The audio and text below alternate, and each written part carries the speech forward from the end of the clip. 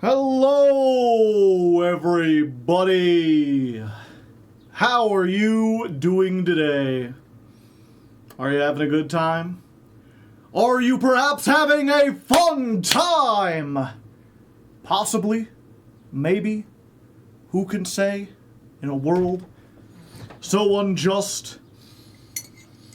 In a world where we must strive for perfection, and so many stand in our way. Can we have a good fun time? Sometimes just doing that is all you need. Anyway, today's weather, for those watching on YouTube, we did Batter Up by Nelly. Not a song I've listened to a lot in the last 10 years. But if you didn't know, Nelly, very famous rapper from St. Louis. That's like the area where I'm from. And so when he rose to popularity, especially since this was kind of before streaming, it was kind of like almost every radio station, it felt like, played Nelly. He was like kind of a big deal. And so I heard a lot of Nelly, whether I wanted to or not. And that's the thing about music that a lot of music nerds don't want to admit, I think, is that, like, just about any music is pretty good. Almost all music is fine. It's just a matter of what you've been exposed to. If you're forced to sit there and listen to Nelly over and over again, you will find a couple Nelly songs that you like. Those songs will become nostalgic with time. Doesn't matter if it's your taste or not. That's why if I'm ever on a long car ride with someone, I find my most obscure and weird music taste, and I'm like, you're going to listen to Dream Theater for 2 hours, because at the end of the 2 hours, you will like at least one Dream Theater song. That's just how it is. We also listened to Seven Nation Army by the White Stripes, which I like just like as a song. And you may be wondering, what does that have to do with the Argostars? Well, it's a song they often play in the background of, like, baseball games and stuff. Or at least they play, like, the bass line and the, like, drum line to get people, like, stomping. Although technically, that song doesn't have a bass in it. It sounds a lot like a bass. You would think as soon as you hear the, like, doom, doo, doom, doom, doom, doom, doom, you're like, that's a bass. But the White Stripes is a two-person band. All they have is a guitarist and a drummer. And so what the guy did was he just took the top string of the bass and tuned it way, way down low. Or no, I'm sorry, the top string of the guitar and tuned it way down low so that it sounded like a bass string. So you can play that like doom, doom, doom, doom on the top string, and then when the guitar kicks in, he just plays the bottom four notes. He does chords on that and ignores the top string. Very clever. Also, hello, Atomic Buns. Thought that was Atomic Burns at first, and I was like, oh, how horrific, but no, it's Buns. Dark Flame, by the way, thank you for the 3 months resubscription that happened while we were still warming up, so it didn't get seen, but I saw it. I noticed it. Hi, Hardleg, how are you doing today? I'm doing alright. The world is doing, it's good. Things are getting a little intense. I'm not sure if people are keeping up with current events. I really kind of like burnt out for a little while there and kind of like barely paying attention. Definitely stopped doing stuff on the political channel to just focus on the Legend of Lefty. But man, every time like crazy discourse starts coming up and real world shit starts happening, I'm like, I feel like I need to do something. I feel like I need to try to, like, at least try to make a video or something. But if it's anything the last couple years have taught me is that it's just like, it's not that it's not my place, because I think it's, you know, we're in a democracy, so it's every citizen's duty to stand up and say stuff when they have opinions. But I don't think my opinions really sway a whole lot of people. I think, you know, if everyone has a job to do, a role to play in society, clearly my role is to, like, mostly be a goofball who distracts people. Help to keep people sane during the troubling times. So I've been focusing more on that.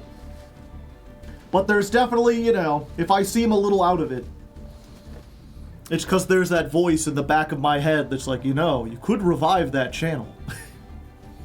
One of these days. You mean the LA stuff? Yeah. The LA stuff, it has the potential to be like... Well, it's one of those things, right, where it's like... I'm really curious 5 months from now what the perspective on the current LA situation is.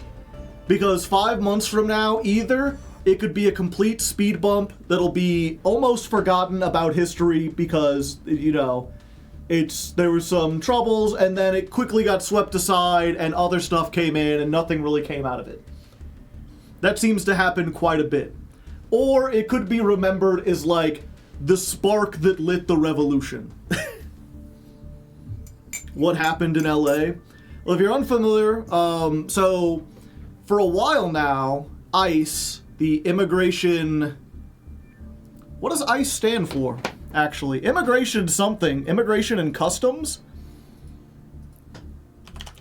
What does ICE stand for? Yeah, the two best outcomes are either no one gets hurt or it sparks something huge. Immigration and Customs Enforcement. So ICE is one of those like federal policing agencies that was never established with like really clear or what was it? I'm trying to remember because this actually started in Trump's first term. The thing is it has very broad powers, but only near the borders of the United States. But the statute that established it didn't really establish how close to the borders. And the courts basically said that it was like, if you're within 100 miles of the border, ICE has like more jurisdiction than the FBI. Like they're pretty much second only to the military. And being as they're part of the executive branch, the president has a lot of strong authority. And so 100 miles from the border, well, what was it? It's not just 100 miles from the border. They count the shoreline of the United States as a border. So basically 100 miles in from California, like the entire West Coast, up in like Seattle is 100 miles from the ocean. So ICE has jurisdiction in Seattle. It has jurisdiction in LA. It has jurisdiction in a whole bunch of major cities. New York City is closer than 100 miles from the border. Boston, there's lots of places that are 100 miles from the ocean. And so Trump has been abusing that to basically send in the ICE officers to arrest people. I say arrest, but like they aren't being charged with anything. They aren't being given a trial. There isn't due process. They're literally just grabbing people off the streets without anything and deporting them or putting them in some kind of like prison. Although apparently the prisons aren't accepting them, so in some cases they're in the basement of like government buildings. More like kidnap, yeah. It's been dire shit, but it's been happening on a fairly small scale. So much so that, like, you know, people have been upset about it, but people haven't really taken action about it. And then apparently they added a quota where they're like, you need to be, there's 8 million illegal immigrants. In order to get them all out by the end of the first year, we need to be arresting 3,000 people a day. So they had a quota set of arresting 3,000 immigrants a day. And that led to them basically just like sweeping in to parts of LA where, like, you know, Mexican people were known to be and just grabbing like brown people off the street. And so a bunch of people in LA just sort of like, they were like, no, we've had enough of this shit. And they started trying to fight back against them. And then that turned into a big scuffle, and then the police came out, and then people got excited that stuff was happening. And so now it started like a series of day-long protests where people are just like out in the streets blocking traffic, chanting in front of the government building. And of course, anytime there's protests, there's also like rioters, there's looters, there's people going around taking advantage of the chaos. And of course, then there's also like peaceful protests that then the police fire like tear gas on it. And so people throw the tear gas back, or they throw rocks or something, and then the police are like, oh, the protesters turned violent, even though the police shot at them first. They're like, you can't fight back against us, otherwise you're resisting arrest, or resisting the police, and that's, yeah. And, you know, that stuff like that has happened before.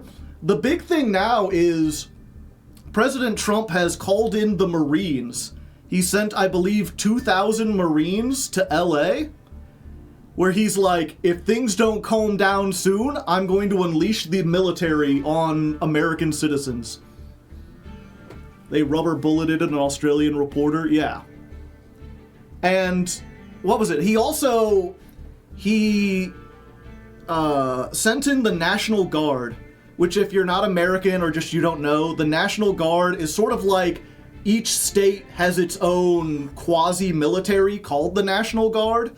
They're technically a federal thing, but usually the governor, who's like the president of each state, has say over what the National Guard does. And at this point, the National Guard doesn't really fight a whole lot. They're mostly used as like disaster relief. If there's a hurricane, the National Guard will come in and like set up like shelters, they'll get food delivered to people, they'll clear debris, stuff like that. The National Guard is much more like the Army Corps of Engineers than a straight-up army. But they are armed, and they do have a more, like, militaristic, like, bent to them. And because they're a federal agency, the president can send them in. Now, that being said, in all of America's history, a president has only sent in the National Guard against the wishes of the governor once, and that was to defend Martin Luther King's march, because the governor of that state was like, nah, like, if we put in the National Guard, the Klan won't be able to come to this rally and fuck shit up. And so the president was like, no, we're putting safety up. But now, the president is sending the National Guard in to act as police to quell the riots. And the governor is like, the governor has launched a lawsuit against Trump, which is like, oh yeah, that'll work in the justice system that's completely like already clogged with a million lawsuits pending against Trump.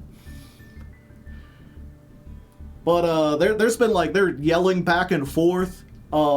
He's trying to get like injunctive relief to kick the National Guard out of his state. What's it called? I think it's the IG. The attorney, or the AG, the Attorney General, who's basically like the lead judicial advisor for the president, is talking about arresting the governor. Wasn't Kent State the National Guard too? Yeah.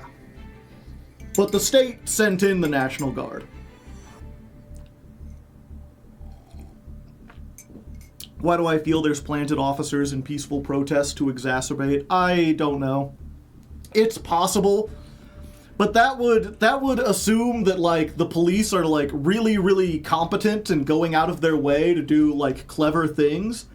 And 80% of the time I see police investigations, they seem like woefully underprepared for everything and underfunded.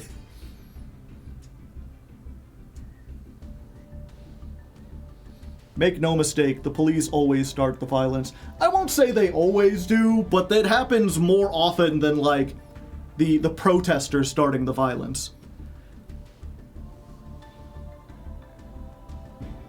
I thought it was only in the hundreds. Which part is only for the 100? It's possible I'm getting the numbers wrong, because I am trying to remember this off of the top of my head. Again, I'm not a news source or whatever, I don't have all the information, but this is the situation as I understand it. There are two really damning videos. One where an officer just shoots an Australian reporter who is just standing there, and another one where officers are trying to get their horses to trample a guy. Schizos are already claiming Soros is fun. That's the thing, is like, the protests are like thousands of people. Like, you can't fund that many people.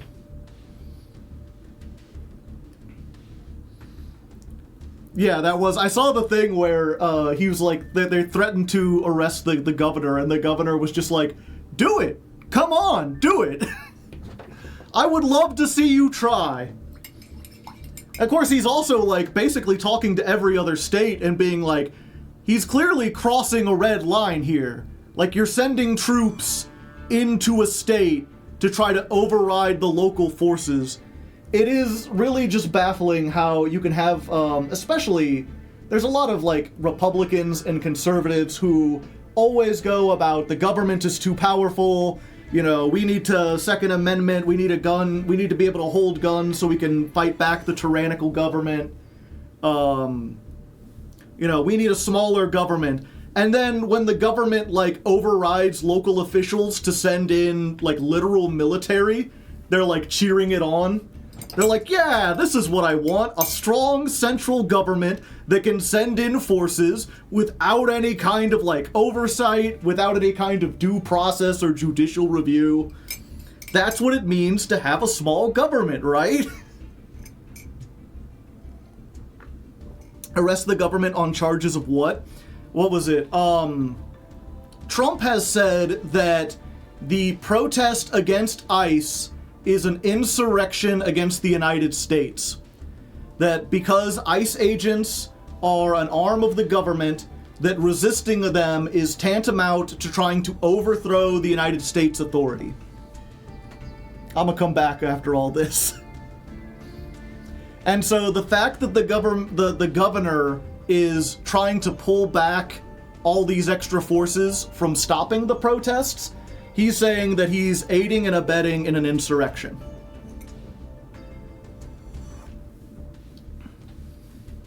If he did get arrested, it would guarantee that he'd be the Democratic candidate for president. Assuming things don't get real bad, I don't know. But states' right, yeah. Again, these people are all about states' rights until the states want the right to, like, handle their own problems, and then they're like, no, no, no. Or until that state is like a city that has, like, brown people in it. That I really hate being like, oh, it's everything's racism, but it really does feel like, you know, they're all about the states having their rights, the states doing what they want. Let's be real, they just lack empathy. They can't comprehend protesting ICE because it's the right thing to do. They can only understand do thing, get money. Anyways, here's some lefty money. Hashtag dismantle ICE. Thank you, // I appreciate the thought and the $10.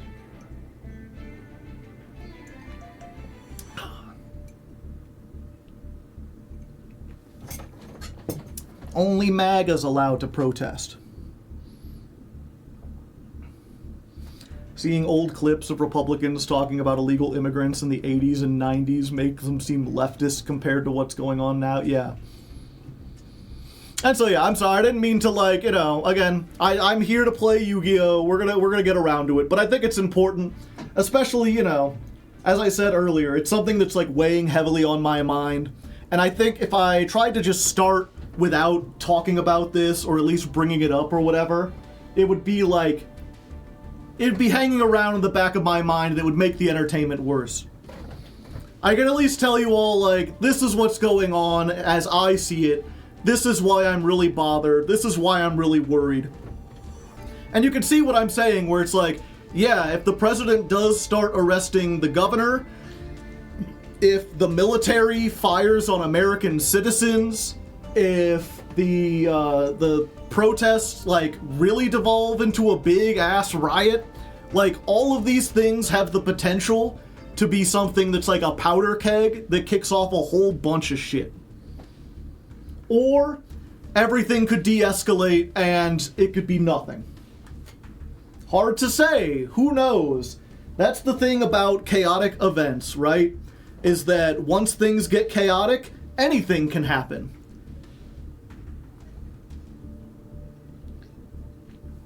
Want me to teach chat how to make a good Molotov? No. If they really want that, they can find the information elsewhere. But I don't think that's the good way to go. I don't think Molotoving is it's an effective way to deal with anything that's going on right now. ICE definitely sounds like the people who would eat at Arby's. Just looking it up now, only 40% of the number detained have no criminal record, which is surprisingly low. I didn't think they were going out of their way to detain criminals. The thing to remember about a criminal record is that it applies to, like, everything. So, like, what was it? One thing they talked about, one of the places they would go is, like, hardware stores. Famously, in some places, migrant workers will hang outside of hardware stores because they know people are going there to build things, to do projects, and you can easily kind of, like, hire people for cash to help with, like, handyman tasks and stuff like that. Or to even, like, work on... I've heard tale of, like, my dad was a mason, so he would, like, build walls and stuff, and he always had his small crew. He was always more of, like, an artisan guy than, like, you know, building a whole ass building. But he had friends who were in the business, and, like, if they had a big project, they would just go down to, like, Lowe's and see if they could pick up some workers. Because they're like, yeah, you could just kind of pay them cash and you don't have to record them or pay, like, insurance. You don't have to pay union dues or whatever. And you're like, yeah, they work good enough. They know how to do basic stuff. If nothing else, they can carry bricks around for you. And so all of this is to say, that's where ICE was going in. And before ICE started just, like, picking up these people, if they ever became too many, if there was, like, a big crowd of people standing outside of a Home Depot or whatever, the cops would usually come in and charge them with loitering. Or something similar. So, like, a lot of these people who, like, have a criminal record for, like, loitering, for speeding, for, like, driving without a license. Like, things that are certainly a crime, but, like, it's hard to think of a crime that's, like, less of a crime than loitering. Loitering is literally just, like, you're standing around in a place where you shouldn't be.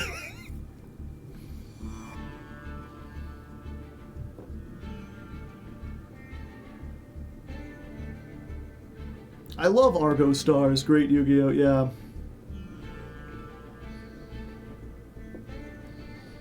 Yeah, I mean, I think I might have a criminal record once. Or I think I might have a criminal record. Because one time, I was hanging out with my cousin and a couple of his friends. This is a fun little story to get us distracted, and then we'll go back to Argostars, but... I remember, my one cousin, I swear, he, like, not a terrible guy, but he would just make the dumbest fucking decisions I've ever seen. This wasn't like we were little kids. We were like 15, 16. And let me set this up. There's a bunch of apartments. There's a line of, like, hedges that, like, block the apartments from the neighboring area. And the neighboring area is, like, this big abandoned lot that used to be a parking lot for, like, another building that got torn down. And so it's a big open area that's mostly, like, gravel. Like, it's a bunch of little rocks and stuff. And it was a great place to kind of play, like, stickball or, like, a proto, like, baseball or whatever, because it was just a big empty lot. And while we were sitting around kind of deciding teams and figuring things out, my cousin was, like, picking up a rock off the ground, and he'd lift it up and he'd hit it with the bat out into the field. And then for some reason, he decided instead of hitting the rocks out into the open field, he would turn around and hit them towards the apartments, like over the hedges.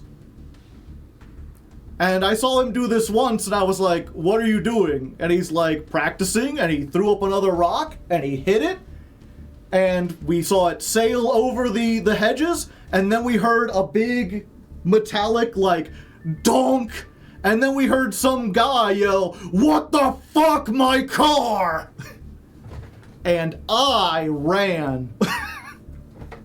I ran, my friends ran, Everyone ran, but my town was very small, and the cops are very fast, so I only got like 2 blocks before a cop car pulled up in front of me and was like, "Why you running, son? Why you out of breath?" And I was like, "My cousin's stupid." And they're like, "Get in the car."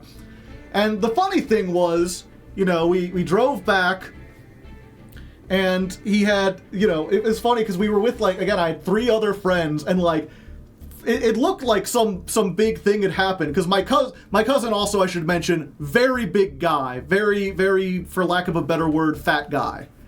He did not run. He was just like, "Well, I done fucked up," and he just stood there. Everyone else booked it, but as I pulled up, there were 3 other cop cars with their sirens on. And, like, they pulled my brother out, they pulled my other friend, like, we all ran in different directions, but we all got caught, like, instantly. And then it seemed like some big, huge thing was happening, because there were all these cop cars and everything, but it was literally just like, my cousin threw a rock at someone's car. Small town police departments. They got nothing else to do, baby. But I never remember the funniest thing is, like, you had this guy, this big, bald, bearded guy, who presumably was the guy whose car got hit. And he was just sitting there, like, red in the face, being like, pointed to my brother, like, "I saw that guy run, I saw that short little fucker," and then he pointed at me, he's like, "I don't think that one was with them." Because I run fast, Chad. As soon as there's trouble, I'm out of there. I booked it so quickly. I have the reflexes of a tiger. Fucker didn't even see me getting out of there. But of course, everyone else knew I was involved, so. Yeah, needless to say, they got the information, and then we had to do this thing where, like, we all hopped into one car, and they drove me back to my parents' house and dropped me off. Heard the metallic clang and just hauled ass, yeah. Reflexes of a gazelle. Did you poop your pants? I did not.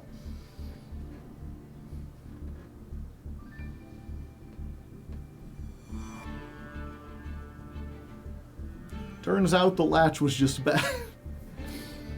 Yeah, so, long story short, I may have a criminal record for, like, criminal mischief or something. I don't know if they act like they took down my information, but, like, almost immediately all of us were like, that fat fucker did it.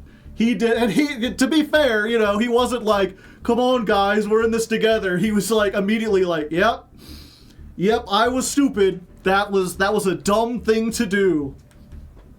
Being called a stupid teenager, yeah. I'll never forget, I know he has a criminal record. I'm not sure if it was for that. I think he might have just had to pay for that guy's truck. But I'll never remember, because as we got into more high school, we kind of split off. Like, I didn't really hang out with my cousin. But I remember him telling me this story of hanging out with some other friends who were a little bit more troublemakers. And, like, one of them, they both got drunk. He didn't drink because he had to work the next morning. So his 2 friends got drunk, and the one decided they were going to drive down the street with a baseball bat and hit people's mailboxes. So one guy driving while drunk, the other guy leaning out the window with a bat hitting mailboxes, and my cousin deciding to go along with them, that this would be a fun thing to observe, just sitting in the back seat. And he's like, "Yeah, of course we got caught. The police around here have nothing else to do." But then when they pulled him over, they're like, "Okay, you're obviously underage drinking, you're underage drinking, you," and he's like, "I have not been drinking, I will take a breathalyzer." And they're like, "Okay." And then they're like, "But you were driving then, because you were the only one not drunk." And they're like, "No, he was driving." It's like, "Okay, so you get driving while drunk, but you must have swung the bat." He's like, "Nope, I was driving." They're like, "Can we get him as accessory?" Like, "No." Like, "Did you come up with the idea?" Like, "No, the drunk guys came up with that idea." So they had to charge him with something, apparently. So they charged him with conspiracy to commit a misdemeanor. And he's like, "What's the punishment for that?" He's like, "Nothing, but we get to hold you for 24 hours until we figure out what's going on." So he's like, that sounds like a It's literally like, cause it's like, I got charged with thinking about doing something bad. Criminally up to no good. Yeah. I didn't do anything bad, but I sure thought about it. Ah. No! Don't abandon me.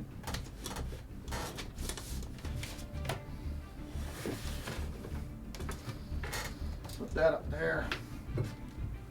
The whole world's falling apart. Okay. Anyway, y'all ready to begin this? You were guilty about thinking. Yeah. I mean, to be fair, conspiracy to commit murder is like, yeah, you weren't just thinking about murder, you were planning to do it. I remember one time, I took a Law and Order class in high school, and one of the things we had to do was like argue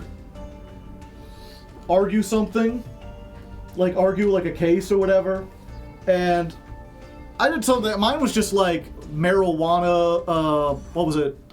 Because I was in a conservative state, I was like, marijuana should remain illegal.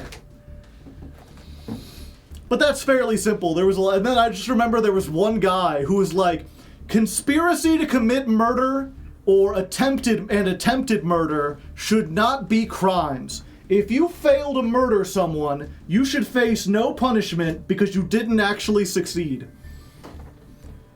And I just remember everyone in the class being like, you're a fucking idiot. That will not work. You're stupid. Isn't that the plot of Minority Report? Kinda.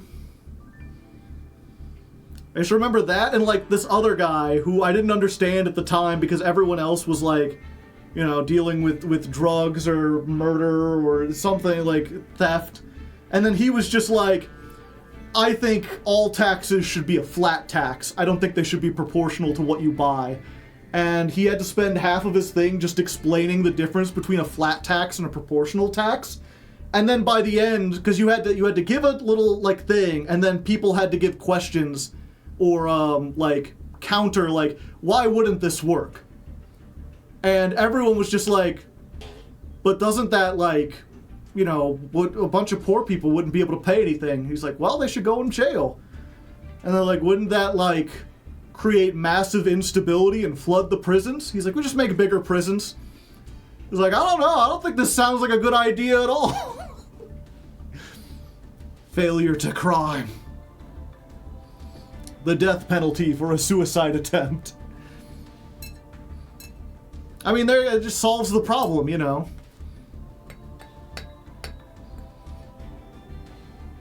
Spend more money to imprison poor people. Great idea. And then you have to raise the taxes to imprison more people, which means less people can pay the taxes, so you have to imprison more people, which means you have to raise the taxes, and so on and so on. Can I donate to the Lefty Art Fund with bits, or is it separate? It's separate. I don't have a way to like connect it really well. If you donate like a lot of bits, I could add it on. Like, it would be worth it if you were, like, gonna give me, like, $50 in bits or something. But, like, if you're just gonna get, like, $1 or $2, it's like, I appreciate it, you know, I always like to get some money, but I can't add it towards the art fund. I'm mostly kidding. Taxation is theft anyway. It wouldn't be if, democracy was more democratic. But that's another statement. Anyway. More sacrifices for the prize. Let's fill up the chat with like emotes and stuff. Let's get a clean bill before we start this new episode. Bits don't go entirely to the streamer as well. I think they do. From what I understood, the way that Twitch makes money off of bits is that they charge you like $11 for $10 worth of bits. So they make their money as soon as you buy the bits, but then the bits go 100% to the streamer. Okay.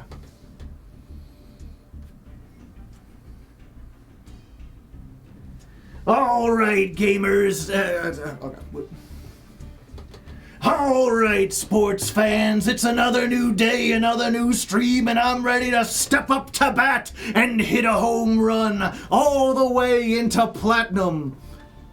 Did you like that? I just kind of improvised that. I didn't have anything afterwards, but I thought it was a neat little thing. Anyway, a weekend has passed since you've seen the last episode, the last stream, whatever, and we've gotten to Gold 1. I managed to play some duels over the weekend. I actually really like playing this deck. This is something I think I would play in my off time if I was in the lower ranks, but I realized as I got into Gold 1 that if I got into Platinum off screen, like, people wouldn't like that. You'd probably want to see the actual rank up.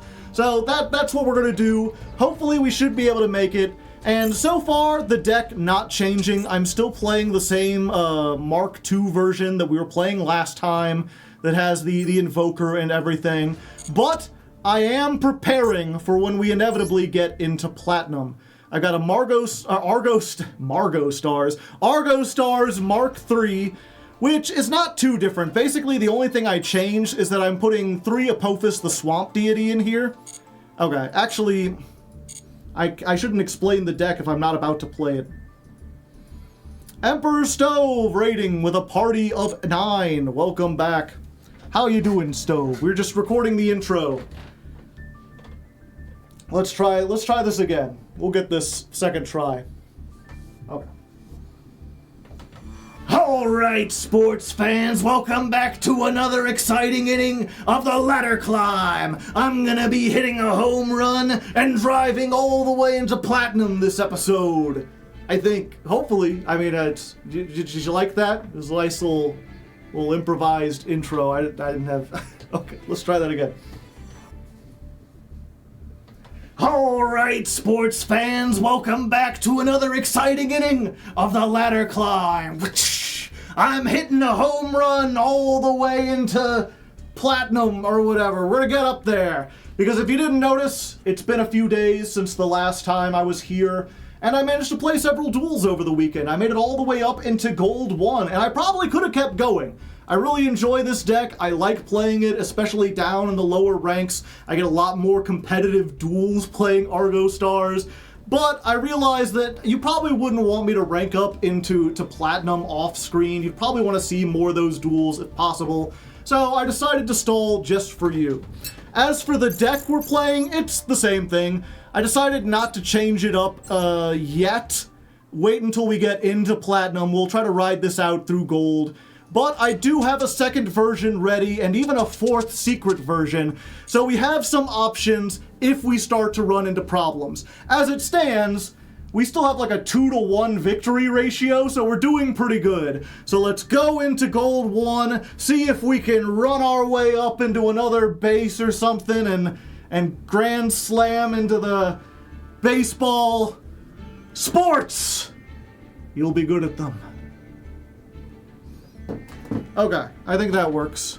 I think that gets the idea across.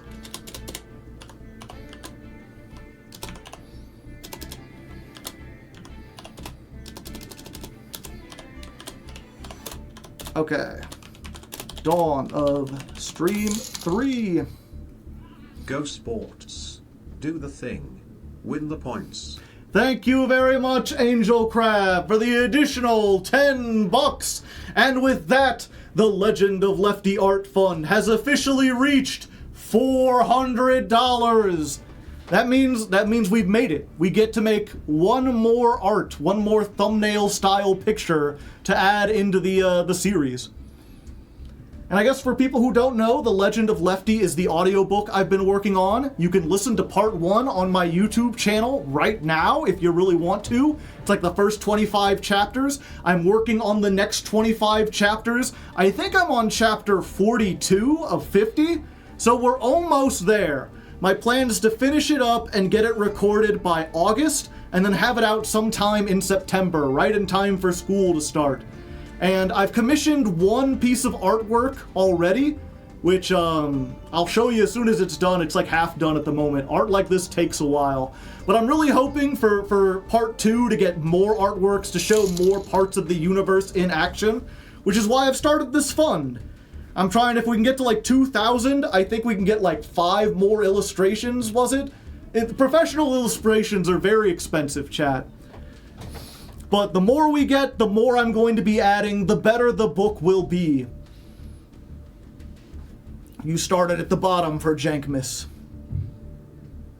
You're on chapter 39. I think that's what's on Royal Road is chapter 39.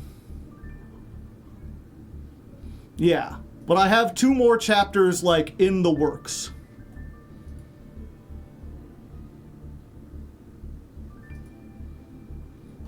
Give me 1 second here.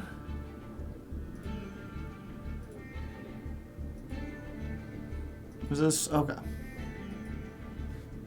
Support the artist, yeah. As it should be. Yeah, and I guess what was I always forget I need to say this, because to me it feels like it should be obvious, but in case you're curious, The Legend of Lefty is being made with 0 AI. I am not using AI in the writing process at all. I'm writing it entirely myself.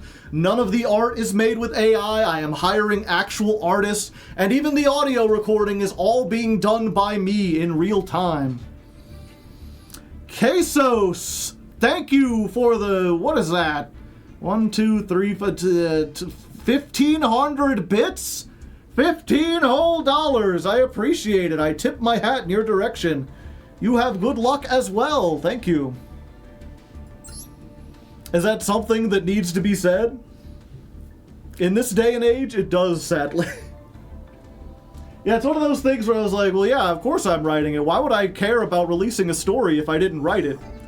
But apparently, that's what a lot of people are doing.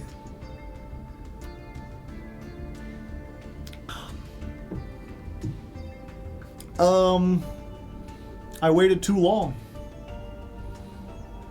What can I say?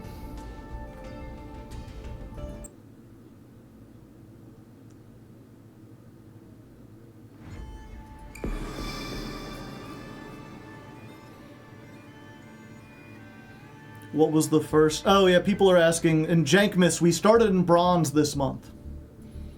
Because Argostars is a weaker archetype. We did Jankmas once before in January. That was December. And that was the Nemluria deck. We climbed with Nemluria. And honestly, depending on how this goes, Jankmas might just become the default. Or something that we do like every other episode or something. Because so far, people seem really excited to see these bad decks go through the lower ranks, as opposed to the high-tier decks being played in Professional.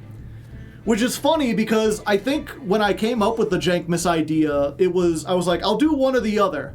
I'll either start grinding from the bottom, or I'll play more competitive decks.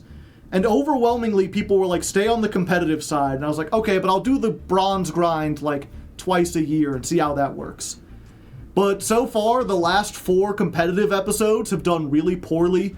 Not very many people watched Blue Eyes or Melodious or White Forest. A ton of people watched the Nemluria one. That one's like over 100,000 views. Actually, let me double check real quick.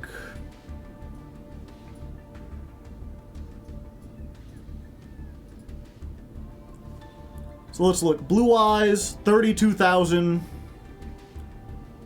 Magical Muskets, 50,000. Melodious, 40,000. White Forest, 50,000.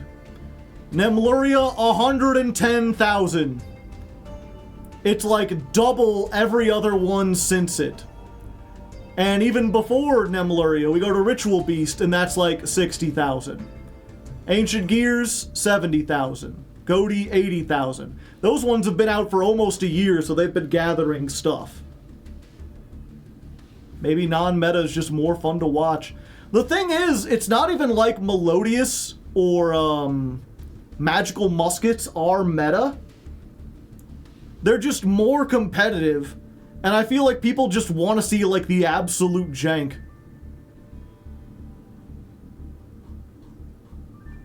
Ancient Gears. I thought the Melodious one was really good. I liked that episode, and I really liked that deck.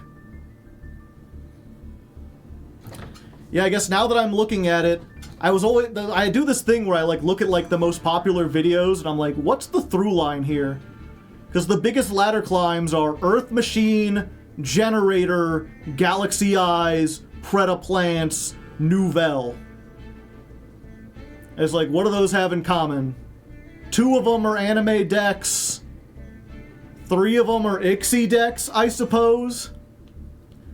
I'd say Generator is like Rogue. Predaplant was Rogue at the time. I played that with Branded. Non-meta decks people know nothing about, I suppose. Nouvelle was such a rough deck, yeah.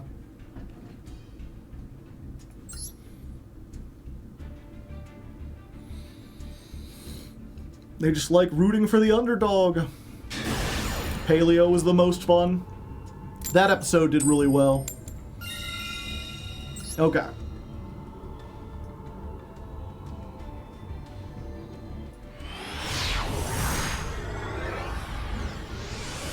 Going first in gold. Got the things and I don't want to scold anyone. Okay, we've got Terratop. We've got stuff to stop Max C. Of course, if they Ash our Terratop, we're screwed. Well, that's like ashing the Terratop, just with fundamental differences.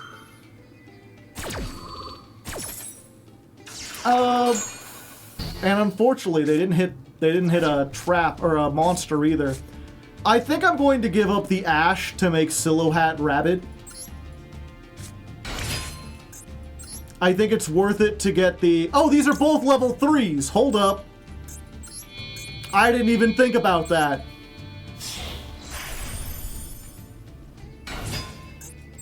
Yeah, if they Ash, I can triple tack. I thought we were just going to make Silhouette.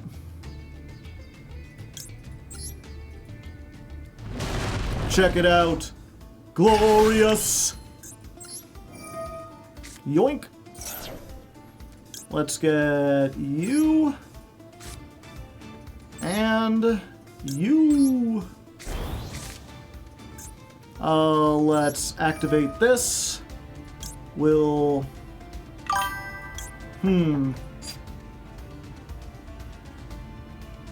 Thinking. Okay, I think I'm going to give up the triple tack. Because it doesn't seem like I'll be able to use it at this point. Also, Sempane, thank you for the 50 months!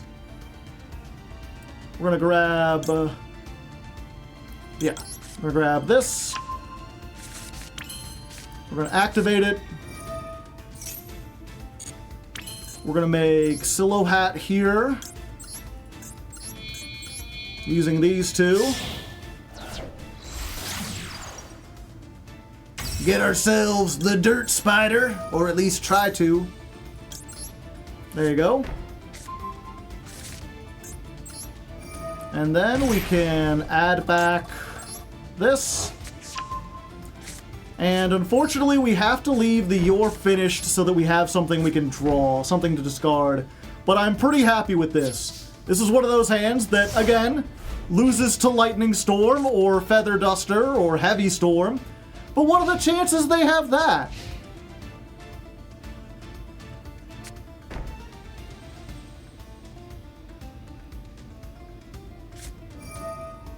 Red Eyes, Black, Full Metal. When your opponent activates... Okay. Let's summon this. Because I believe the negate is... Yeah, the negate is alive immediately.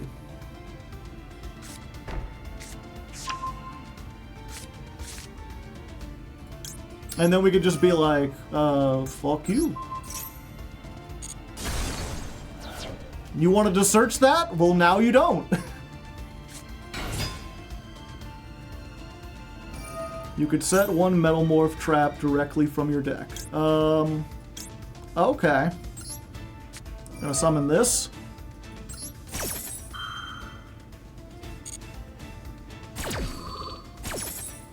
Go ahead and just put it in defense.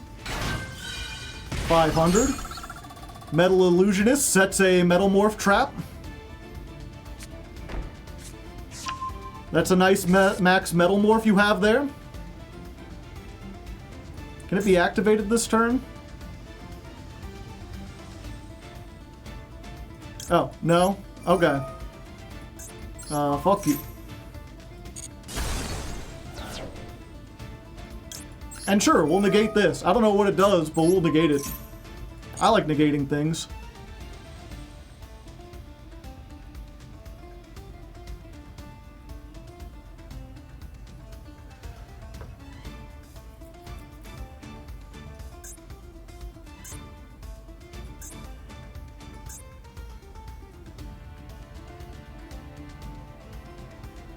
Stop popping all his stuff. I'm sorry, I'm just rude. Ah, I see. Dominus Impulse.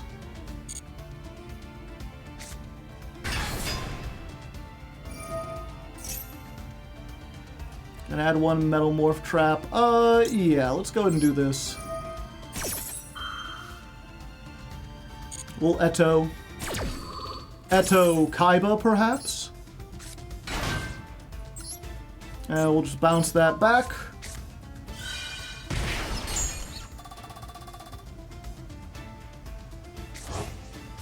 They get the Metal Morph back, but if I recall, they need to tribute a monster on the field to do that. And what if you didn't have a monster on the field?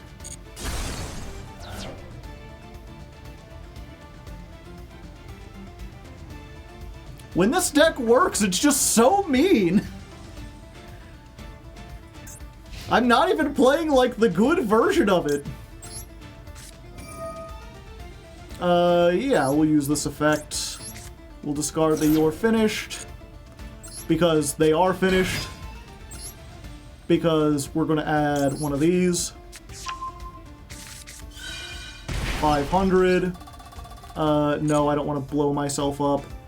And then we're just going to jump these two back into the back rows. Not this one, because this one I can't summon unless they do something. Haha! Now I'm over here!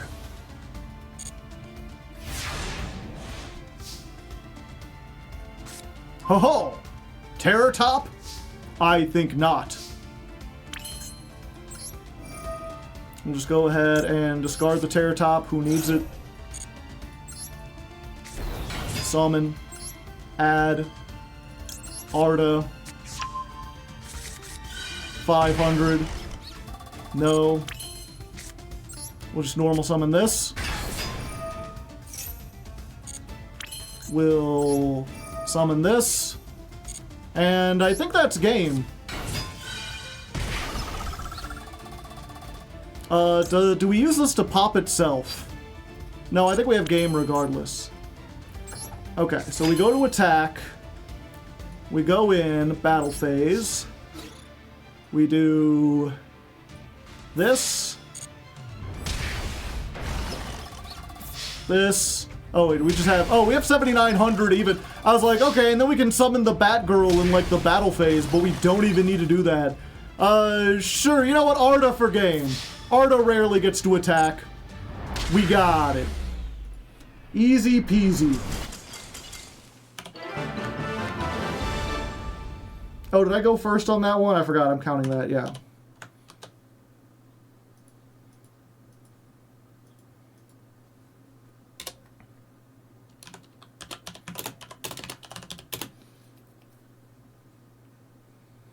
Dual 38 versus Metal Morph. Also, this is stream 3. You went first. The burn damage just seems overkill.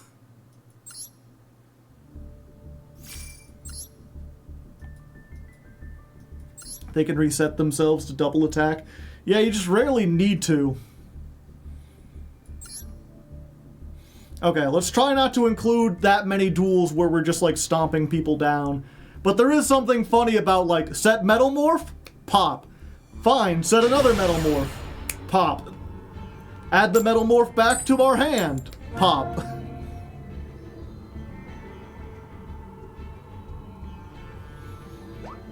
Metalmorph isn't pretty good. I mean, it has a negate that's better than Argostars. Argostars, I guess, technically has a negate if you count the field spell. It can negate very slowly, but only when you activate a trap monster in the main monster zone while you have an Argostars banished. Uh-oh. I don't think I could beat Centurion, chat.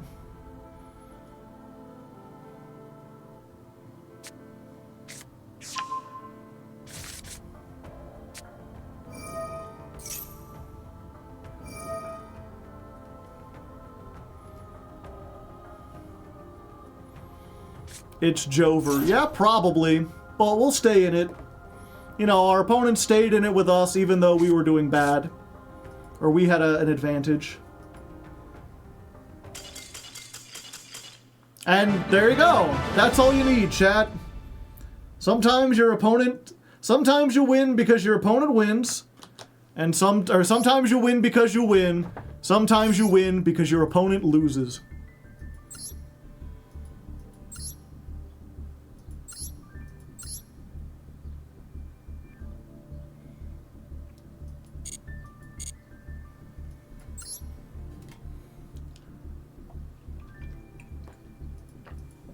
We take those. Sometimes you win because your opponent wins and you're your own worst enemy. Your own opponent. Ixie Cup top 1000. This person has so many titles, chat. Alright. We got our opener.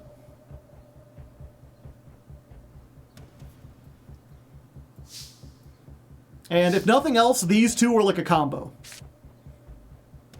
So I guess we just try this. Normal summon. Please do not negate me.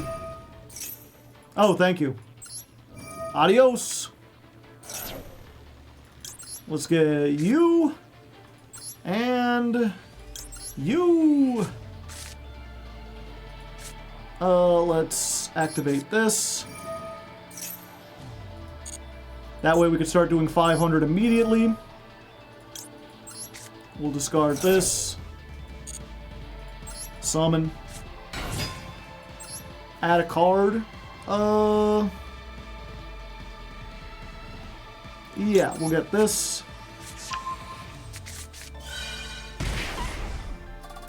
Let's... Yeah, we need to get the pink girl back because she's the only one we have. Then we will do this. We'll add another Arda. And then immediately normal summon the Arda.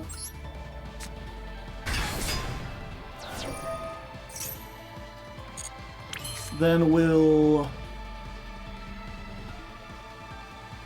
Yeah, we'll activate Partha. We'll bounce back this, so it's a secret which one it is. And then we'll use the two of these to make Silohat.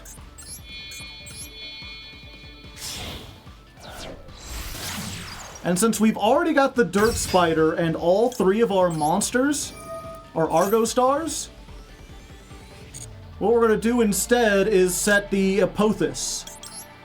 Because this can negate the Lightning Storm. So even Lightning Storm and Feather Duster will not help them. Unless they have both of them. Oh. The Rock? I mean, that kinda sucks, but... I mean, I'm still in a really commanding position. I guess that'll be a lesson for me. In the future, if it looks like they might have something... Negate its effects? Sure. Get negated. I negated Nibiru, chat. But yeah, in the future, I guess I should wait until the end phase. We still got tons of stuff, and now they can't Lightning Storm us, so there has to be exactly Heavy Storm or Feather Duster.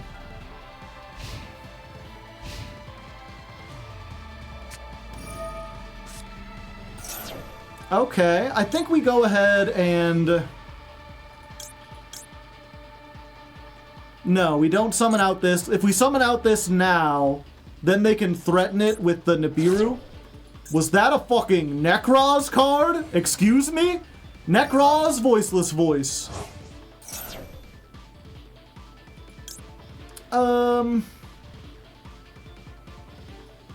Yeah, you know what? We do this now.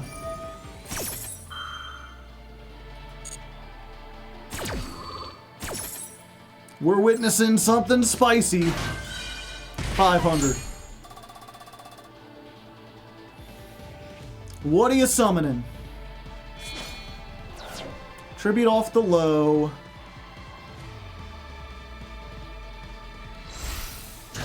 Okay, it's just Skull Guardian. Skull Guardian activates. Low activates. Then we chain this.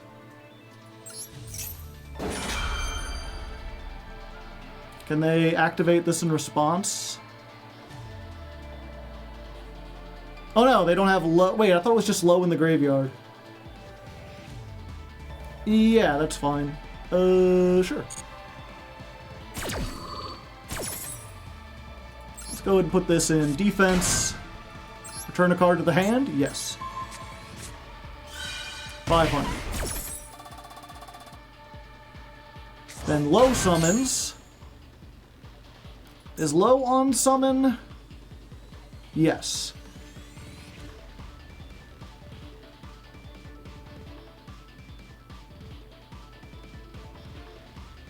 So they will get the effect, but we do get to pop the low. Lo and behold.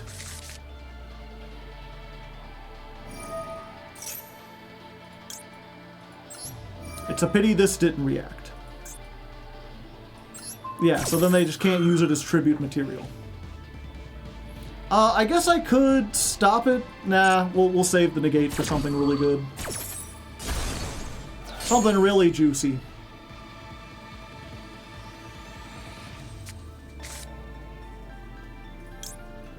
Yeah. And then we'll use this to negate the thing they just put up there. Use it now, or you can't use it at all. Sure, that's fine by me.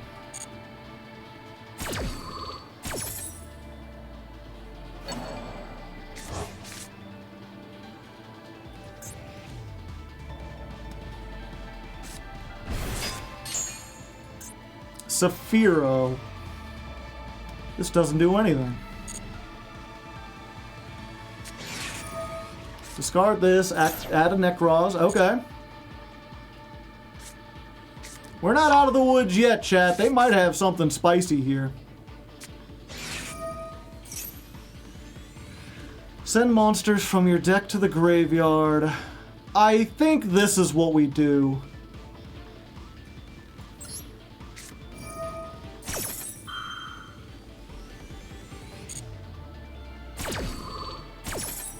We'll go ahead and put this in defense position because it has more defense. Negate. Yeah, we'll negate you. And you. 500. Also, fuck you. Also, negate Nibiru. Again, you're doubly negated.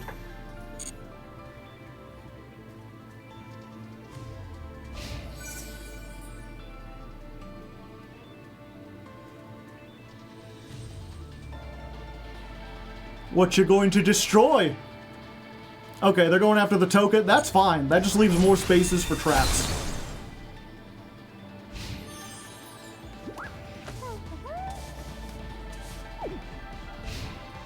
End phase. Okay, so we can clear this up real quick.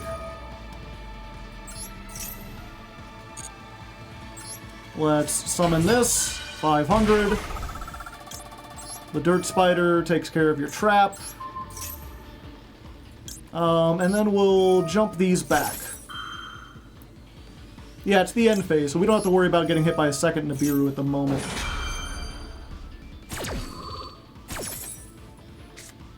I just wish there was some way to reset the Apophis.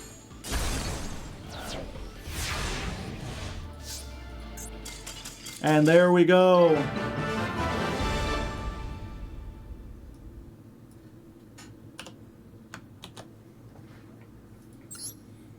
The second Nibiru isn't real. Surprised they didn't punch the spider. I think they were doomed no matter what they did.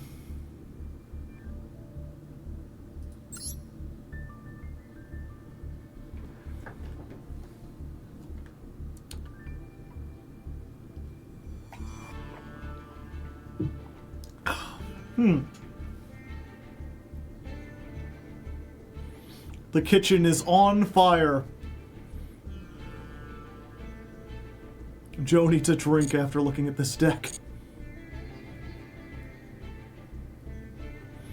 We went first with that one, right? That was 21.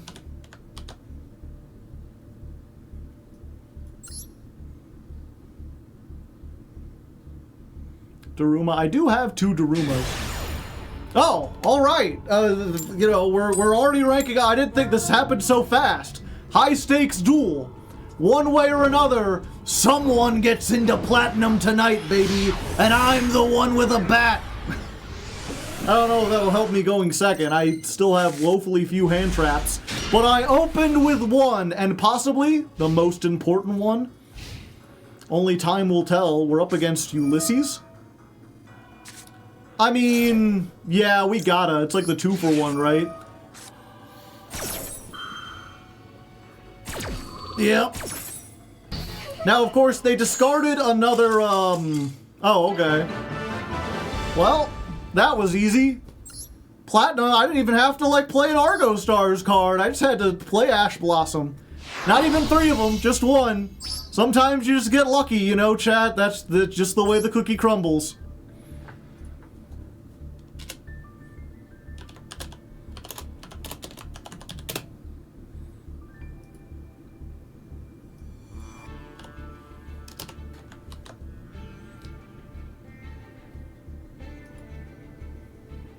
Wait, I counted that twice, didn't I?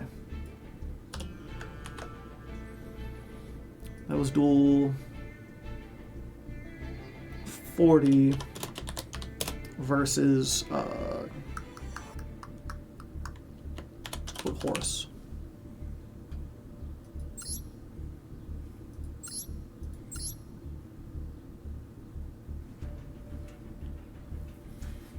Huh. So that was not Horus, it turns out, chat.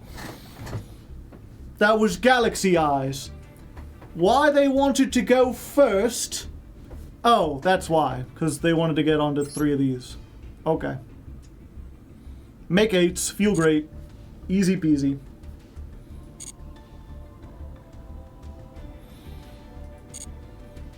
Should we change up our deck, chat? Or should we wait until we actually lose a couple? Like, should we update in advance? I blinked and we were in plat.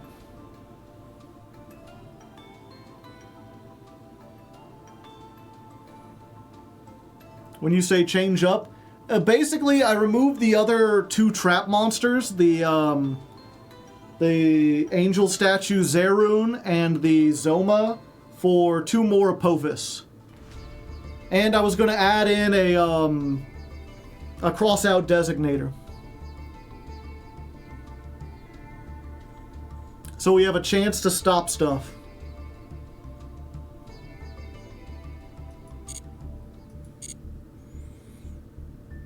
Are 90% of Galaxy Eyes players doomed to build the jankiest gunk man has ever seen? Yes.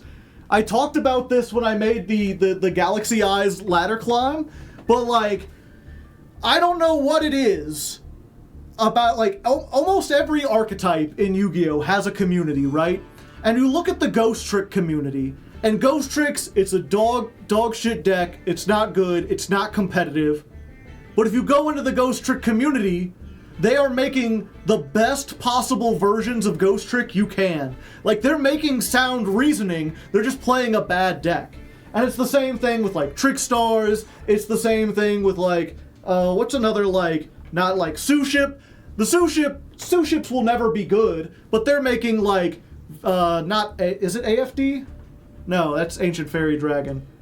They're making the Utopic Zexal. They're making like good rank 4s. They're doing like Baguska. Yeah, Libromancers, UFD. They're doing all sorts of stuff. But then you go to fucking Galaxy Eyes, and they're playing these like 47 card decks, and they're like, yeah, I'm on one of Galaxy Trancer because it's really good, and sometimes you get it and you just win. And I'm playing 2 of this card because it's really good at 2. It's like, why is it good at 2? What does it do at 2? Why are you playing it 2? Every single, like, deck profile I looked at had a bunch of 2-ofs, and they would not explain why. It's almost like everyone was just copying the same, like, combo deck and didn't know why the ratios were what they were. And actually, let me see. They're like, yeah, you play 1 Photon Jumper, because you can... Okay, I guess that makes sense. You send it... This is normal. You can target 1 Galaxy in your graveyard, summon it. I can't imagine this would be good. I would rather play a 3rd Ash. Like, yeah, you play 2 Tachyon Primal Dragon, because 1 is not enough, but 2 is too bricky. You play Schwarzschild Infinity, because what if you're not going first? Yeah, you only play 2 7th Tachyon, because you don't always want to search the card that you want. Sometimes you don't want to search.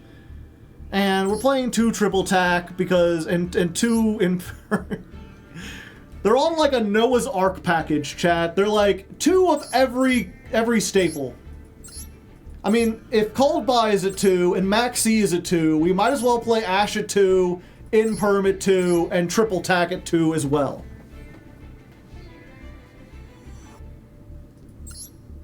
This guy needs UR gems. Maybe that's it.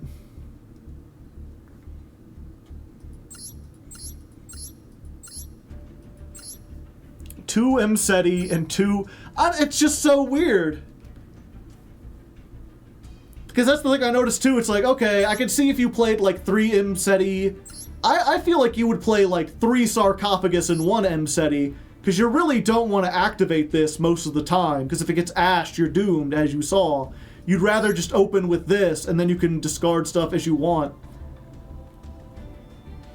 Either that, or you take the chance that you get ashed, and be like, yeah, but if I do this, then I get the King Sark, with Mseti in the graveyard, and I get to draw a card. So it's either high risk or high reward, and they're like, nah, 2. 2, 2, 2, 2, 2, 2, 2, 2, 2, 2.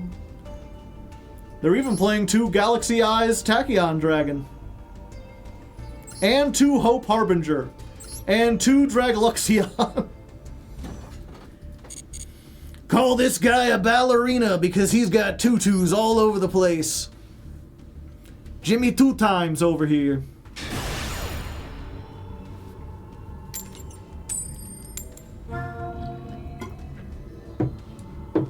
So many 2s, I thought this was a Sprite deck, chat. Update rank, thank you. We are now in P5, not Persona 5, Platinum 5. We have a good hand if we were going first. We've got 1 board breaker. Oh lord. You! Hearts, cards that upon normal summon make your heart skip a beat. Like, oh no. It's this shit. Fuck. It's fine. We're in low plat. Maybe they don't know what they're doing. They're playing this awfully fast, chat. They're going so quickly. I think they know the combos.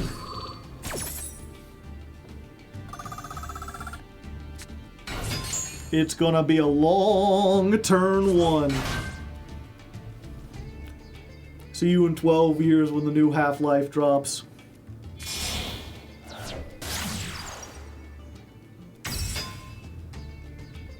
If they summon the bugs, just scoop. At least there's Droplet, yeah. So here's the thing, chat. I could discard my entire hand, except for the Takatomborg, to negate their entire board, and then go full combo from there. Except Rika Princess in the graveyard would negate. You know what? Let's go ahead and just go next. I can take one loss. It's fine. It's just one loss.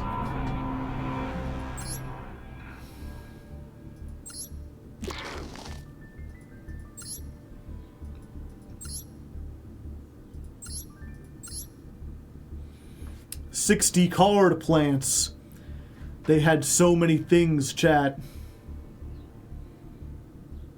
And they were playing Primite. Wait.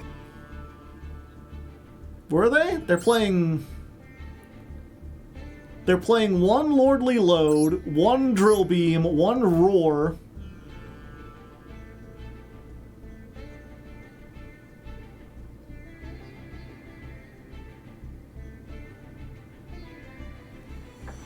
Huh. I guess Roar does get you to fucking Genius Loci. But I feel like you'd want to play more than one, right? I guess you don't have room.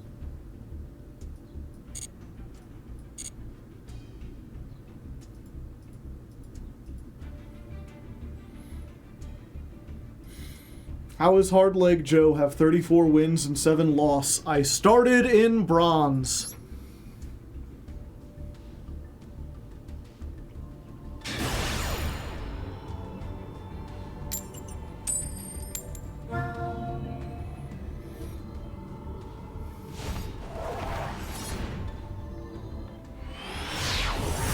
Oh hey chat. This is like a 2017 YouTube video. I'm Elsa, and it looks like our opponent is Spider-Man. You ready for some shenanigans? Some shenaniganery? It's Galaxy Eyes again. I didn't know this deck was so popular. They're so popular.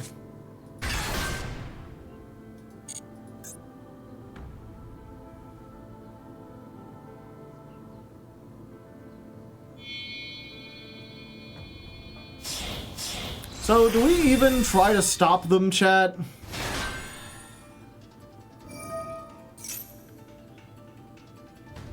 Yeah, this stops 2 effects, right? Like, they get to add a Tachyon, and then they get to detach 2 and special summon.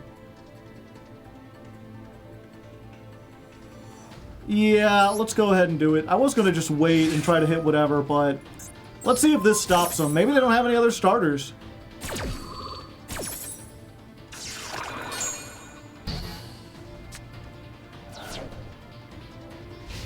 They didn't have any other starters, chat. Of course, that means they probably got some kind of hand traps. But Ash doesn't stop Arda. They can't Imperm. So it pretty much just has to be Valor.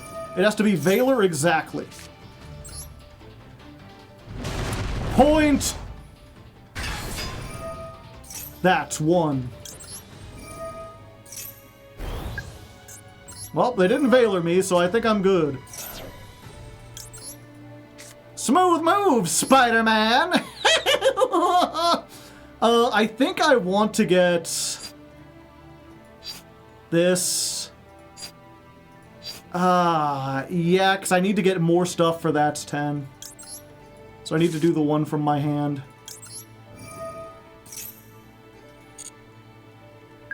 Let's go ahead. I'm just going to send off the Ghost Spell. Add a card. I really want to get the field spell, but I got nothing left to get back, so I think we go for... do we just go for this and then, like, hold steady? No, not without the... Well, if we have the field spell, what does that give us? Almost nothing. If we get this... Nah, I think we get this. Yeah, we get this and we just hope. We hope that we can get to that's 10 before anything too strange happens. Summon this. Get another one. And yeah, I could like send both of these off for Silhouette and get the Dirt Spider. But then I wouldn't have like recursion with this. Yeah, I'd rather have the like search every turn. Yep, we're just gonna jump back.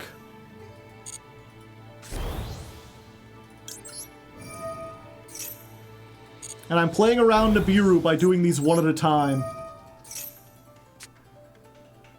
That way I don't lose all of them. Okay, all we need is 4 more, and we can easily activate 4. I need to keep the Zoma in hand in order to activate this one.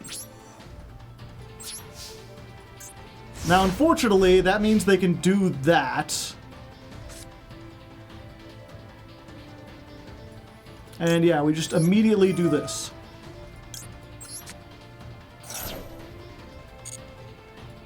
We're just gonna jump this out. And I think we add Arda. Because I don't think they know it has a fucking honest effect.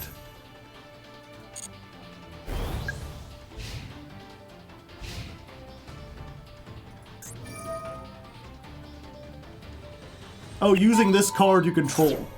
Okay. So if they don't control it, we can just, like, do this.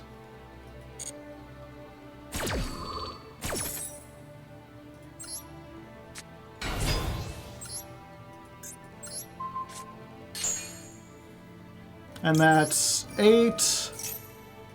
That's 9. And then if they activate anything, we get the Dirt Spider and we have 1 pop.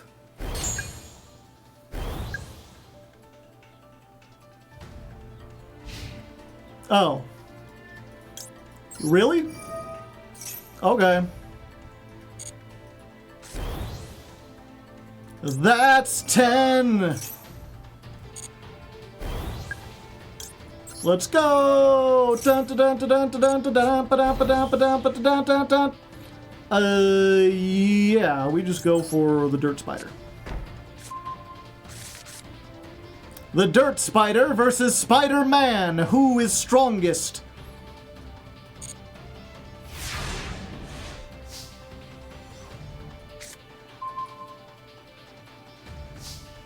Do we go for that's 10 again? I think I would probably just have game, but let's do it just in case. I like to count, chat. Count Chocula has instilled in me the desire to count. Get this, do this, get the field spell. We still don't have anything. Oh, we can get the Arda back. Yeah. Get the field spell this time.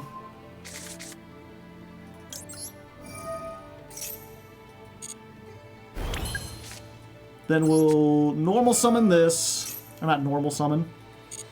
That's not how this works.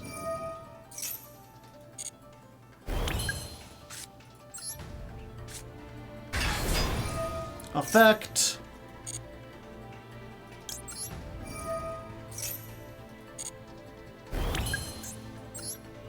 Summon this.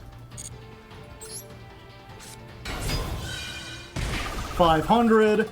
And I think this is just game. We don't even need to get, like, the bat or anything else. Like, that's 10 plus all these just give us enough. Like, that's just 8,000. And it's even better because now I can move Lightning into the back row, and that gives everything by 300, and then it gets at 10, so everything else gets 100 as well. I'm sorry, Galaxy Eyes. I am wondering what you bricked on. Get him, Capone! Bada bing!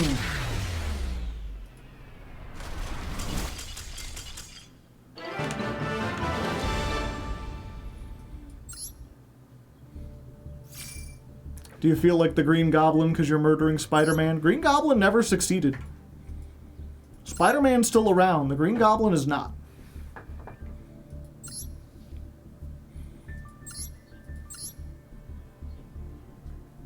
Ah. Huh. They had starters, but you play the one Cloud Dragon chat because then you can block off their zones, and that's really good against Link decks. And you play the one Parsec because if you can get anything out, and you play the old school Schwarzschild because if your opponent has any monster, and you play the 7th one because there's a chance you draw it, and then you just get stuff.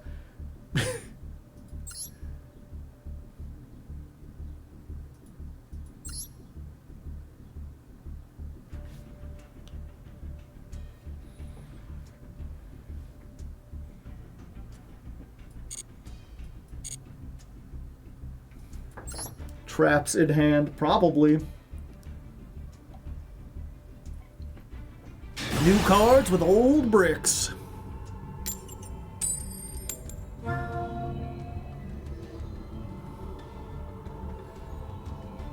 Popular. I wanna be popular.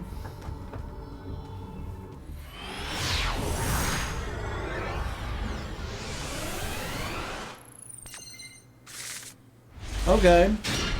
60 card deck. 6 card extra deck. I don't think this is branded, chat. Pendulum. I see. I have a feeling this Nibiru is not going to be used. DDD. Is this a fucking masochist deck? What am I looking at? This has to be a masochist deck. What the fuck?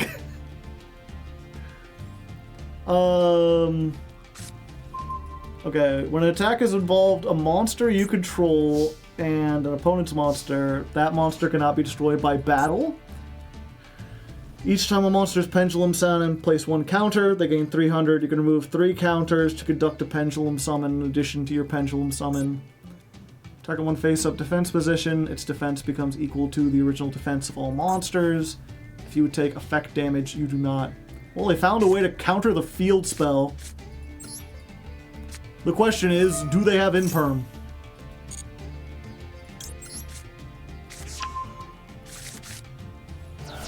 Let's just be glorious.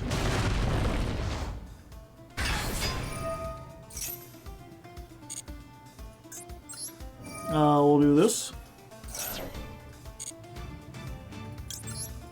We'll get this one, and this one. And the thing is, if this is a masochist deck, this could be literally anything. Like, I'm sitting here like, I could play around Imperm, I could play around Torrential, but if this is fucking, like, Network Trap Hole, I'm probably just doomed. But, I mean, I guess we'll see.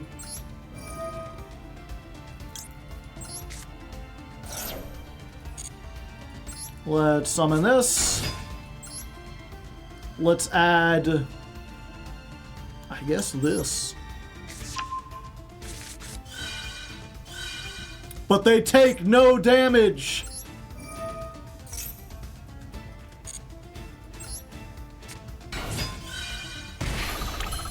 Wait, it's only once per turn? Reggie is ass. Let's activate this.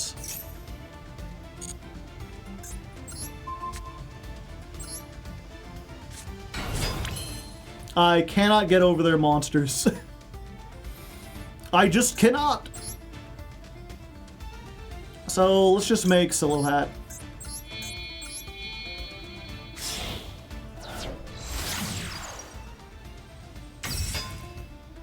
I mean, say what you will about Gummy Gummo. Sorry. Gummatin. Why have I never heard of this card before? Just the name alone.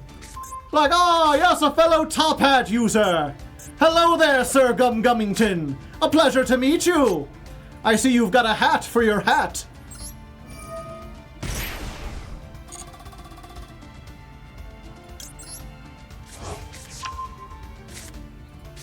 But yeah, say what you will about Gummington. I can't get over it. Alright, your move. Not so fast. Draw phase, Statue of Anguish pattern.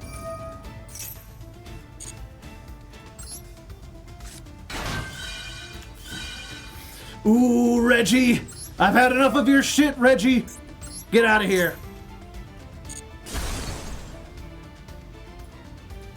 And let's do this. I'm gonna find out what that back row is, chat. I am too intensely curious. Never mind. It is Pendulum Reborn. Reggie will be reborn. They wanted me to pop it.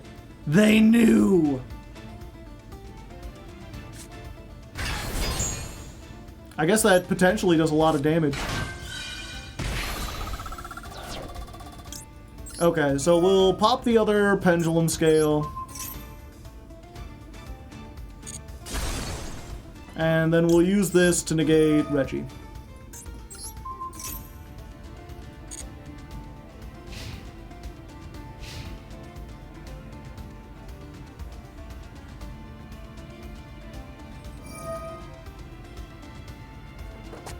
Oh, okay. Sure.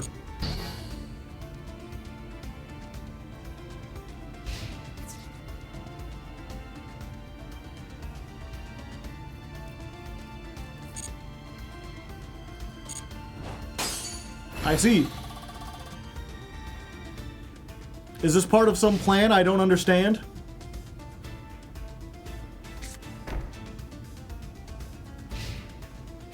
End phase. Yeah.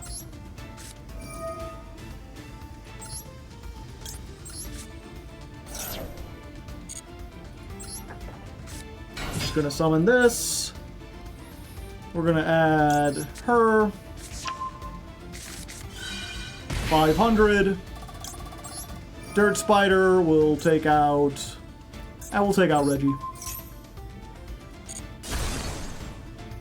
And then we'll negate this so you don't get your counter. 0. I'm so rude! Why I gotta be so rude?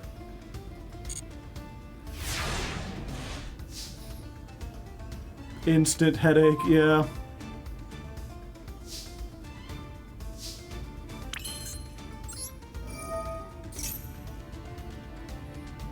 If you were playing Masochist, you should give up. I don't know what you're waiting for unless you just want points, or maybe this is some kind of Japanese Masochist challenge.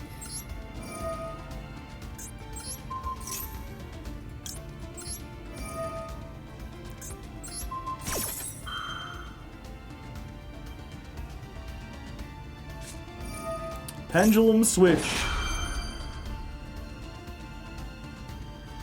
Okay.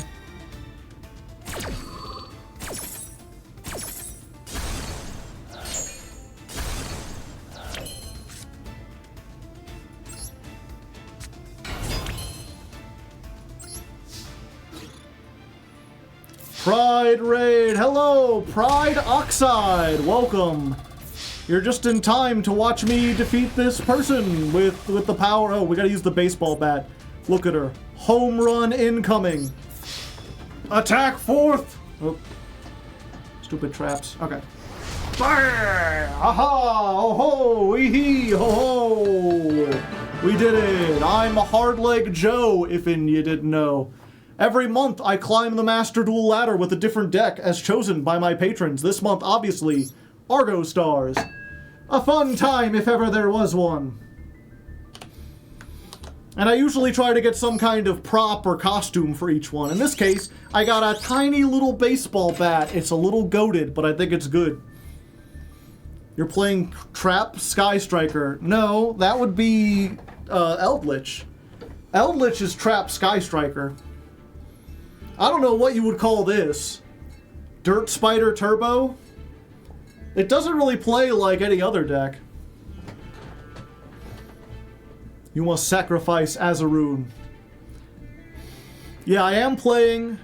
So usually what I do on these streams is I start up in Diamond, maybe Platinum, depending on how well I did last month. But I'm usually up in the higher tiers of Master Duel, playing like more Rogue, more competitive-ish.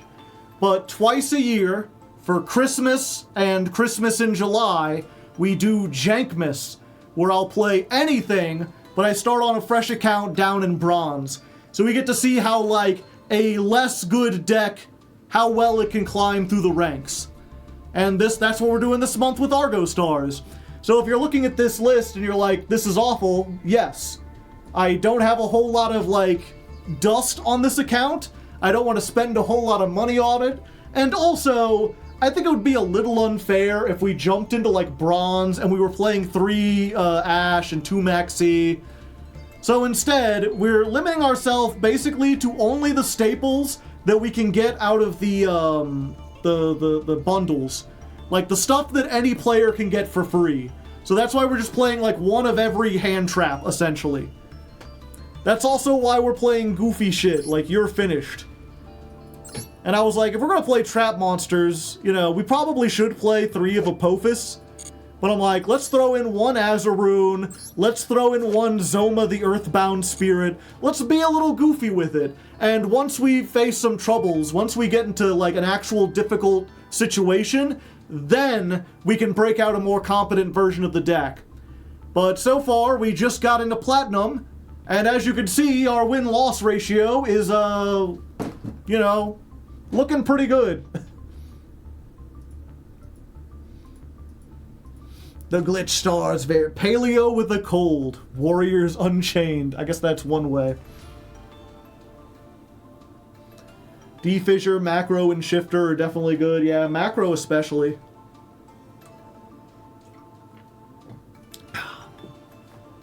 But yeah, how was your stream, Pride Oxide? You were playing Master Duel as well, I assume? Did you have a good time? Perhaps a fun time? You got a draw? Crazy. What do you mean by a draw? Oh, yeah. I forgot. Yeah, we had 1 draw against fucking Cubic in Silver. They got to the end, and they have that Cubic monster that burns both players for 3,000. And the strangest thing was that they could have attacked me, and they chose not to. Instead, they decided to give us a draw.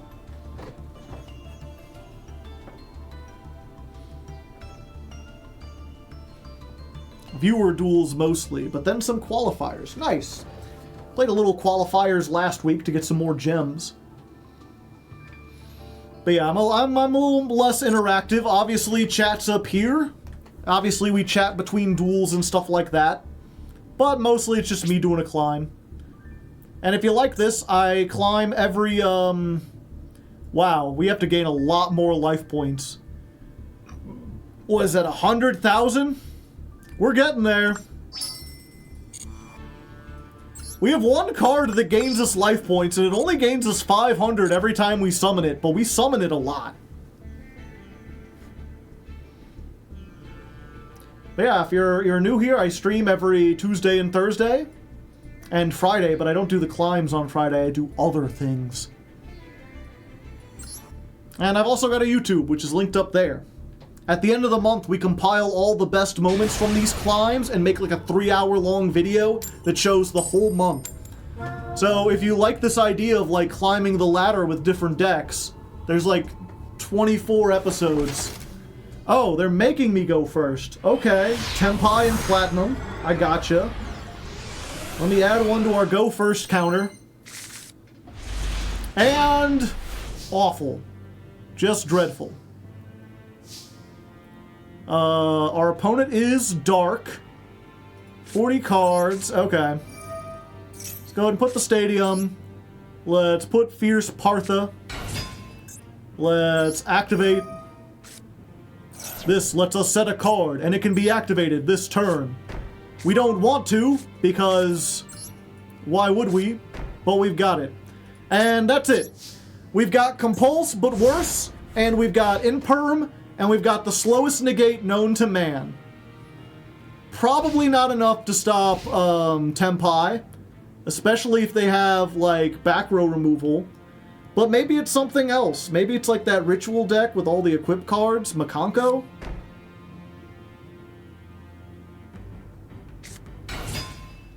Black Wings. Okay.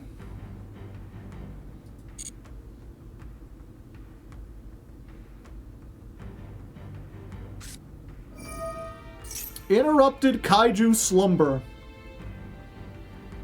You know what's funny about this? Oh wait, if I did this, they would still get the destroy. Sure. I could have bounced that back and then summoned this and then it would still go off. Okay, so they give me the Gameciel. They're going for the Jizukiru. I don't think this is Tempai. Okay. Sure.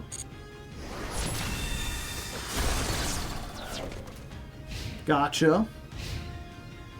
I have no idea what I'm facing, chat. I thought once I hit Platinum, things would be a little bit more stable. We still do not have a starter. I could summon this, but it would not do anything. I think we just set this.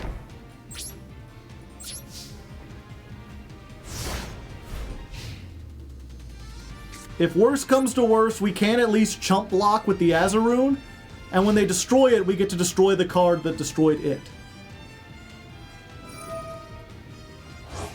Okay, searching another one.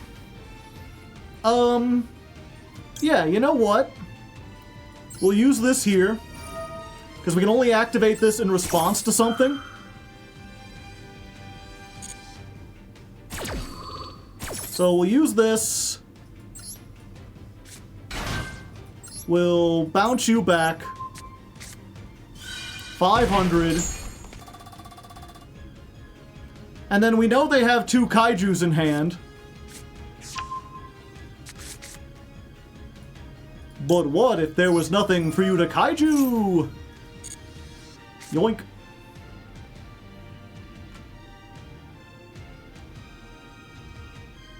Good luck putting on damage now!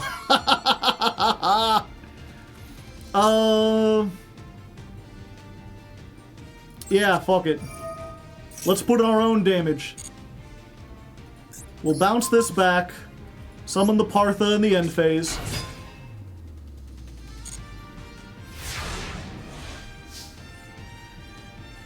We'll draw a card. That's 10. A fancy mustachioed man's card. Let's activate. That's 10. Let's go ahead.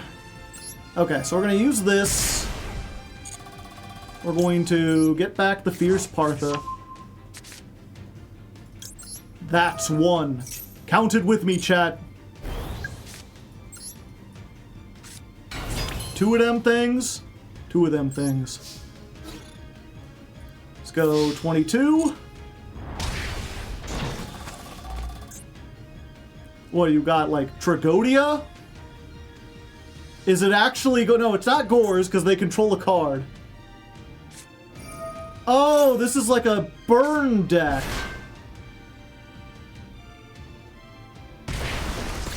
Weird. Okay, that complicates things a little bit. Okay.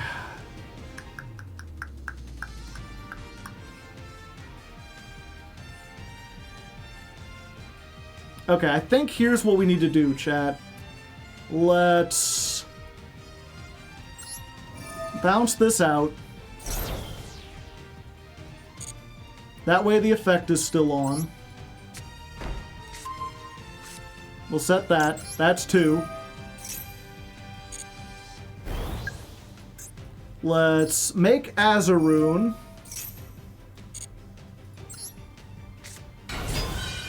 500. That's 3.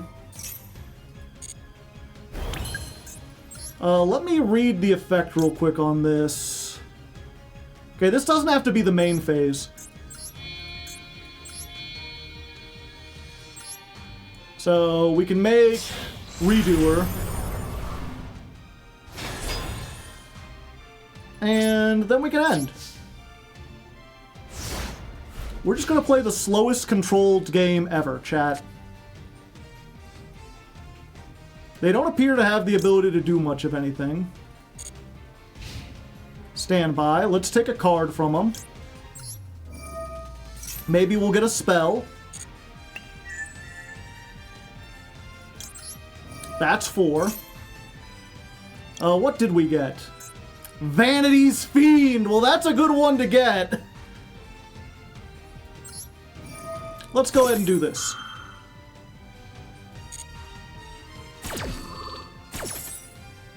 Let's do you and you. So we'll shuffle that back on top of the deck. That's 5. And we once again leave them with no monsters to kaiju.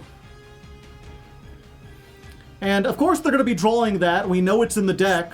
But the trick, chat, is to just not summon anything ever. Or to not attack ever. We're just going to use the,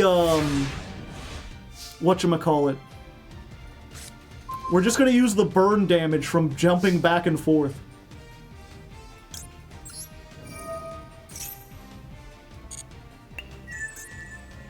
Another, oh, we got the Mahama. What are the chances they've got a second one, chat?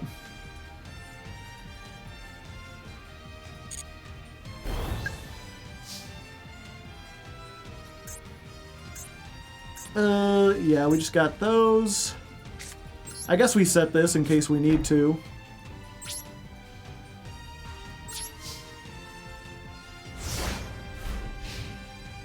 They wouldn't put yeah, I wouldn't put magic cylinders past them.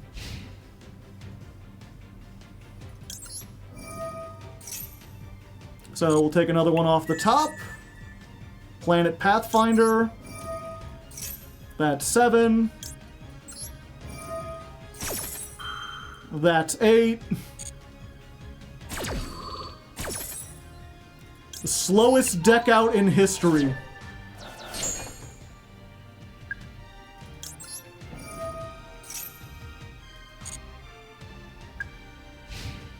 Our main strategy, it's a combination of mill and burn. Once we get this, then we can get to the thing that lets us search every turn. And then we'll be able to start dealing like 2,000 points of damage every turn.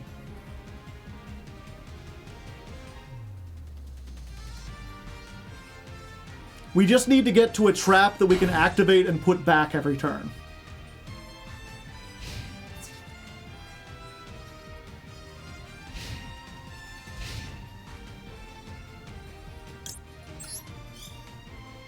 So we get this. Yeah.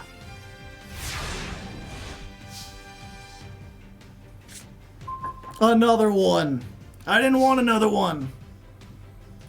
Stand by. Get me another card from the top of your deck. Another Gamma Seal. That's 9.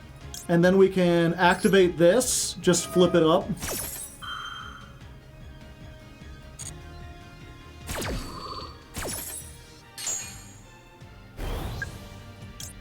That's 10.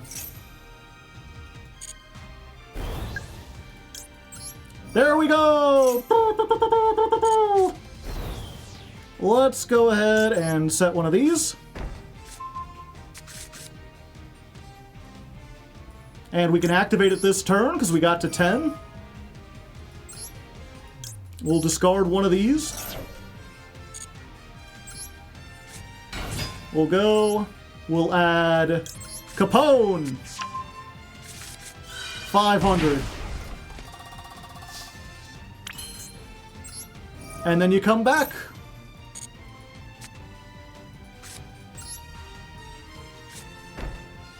set, and yeah, we're good.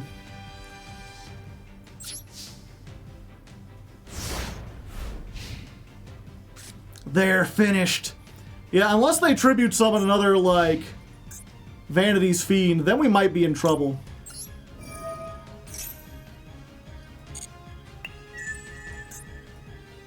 Snatch Steal. Hey, we get to draw a card.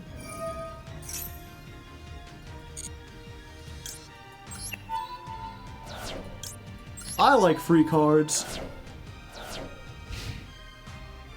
Even if they get that, we can imperm it.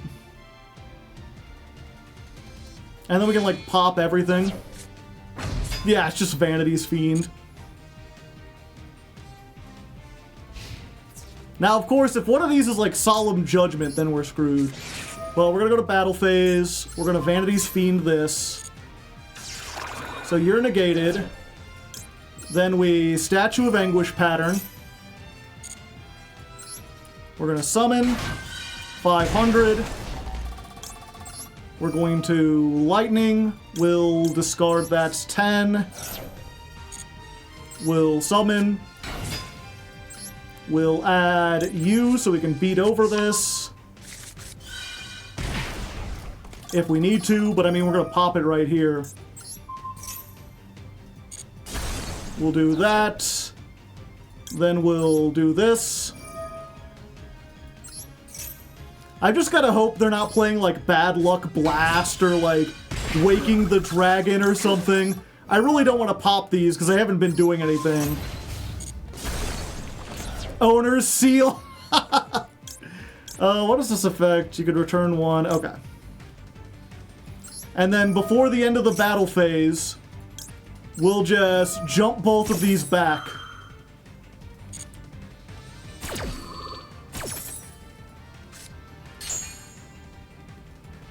And so now they can Kaiju the Anguish pattern if they want.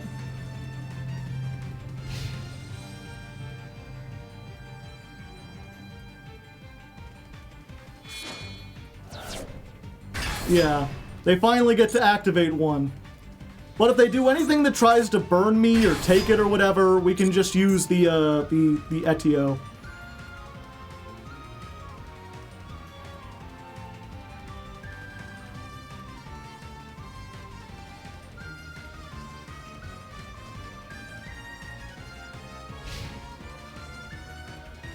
End phase. Oh yeah, Redoer's still here.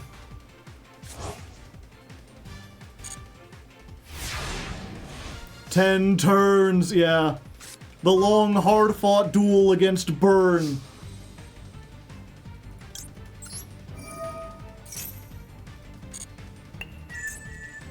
Got the Ash. Let's go ahead and do this. I think at this point we discard the Terror Top. We're gonna add one of these so we have it for next turn. 500. We're going to summon this. 500. Let's go ahead and activate this. We'll get one of these. Do I want to summon it? No.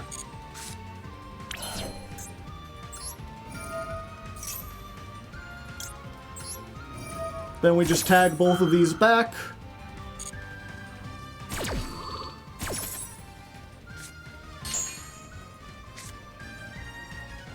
No, we don't need to spend time that.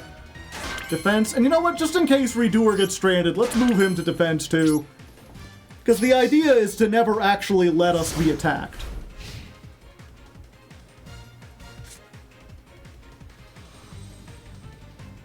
Ardra wins if they crash. I still don't want to. I don't want to risk them having something. I don't know what they could have. Oh hey, I like drawing free cards.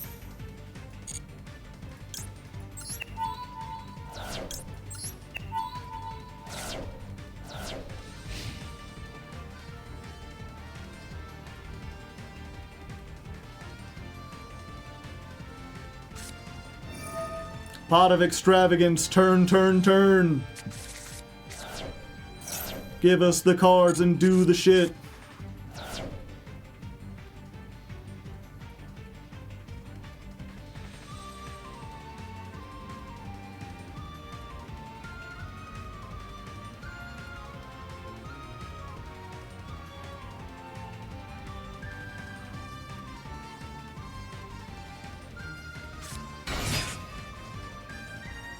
Tetsudo Erit Newman. I see.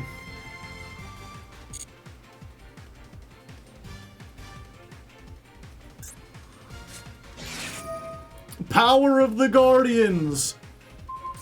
Well, unfortunately for you, this has 800, which is less than 1800.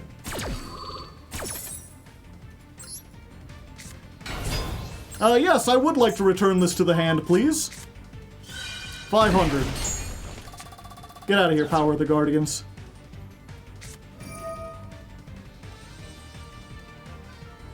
Snatch Steal?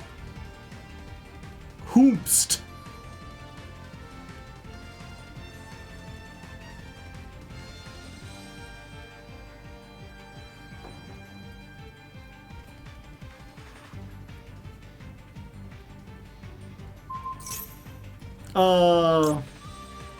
I mean, I'll just get out of here. You can't snatch steal a trap. Adios. And you know what? Just in case you get the field spell, fuck you, Jizukiru. You're negated.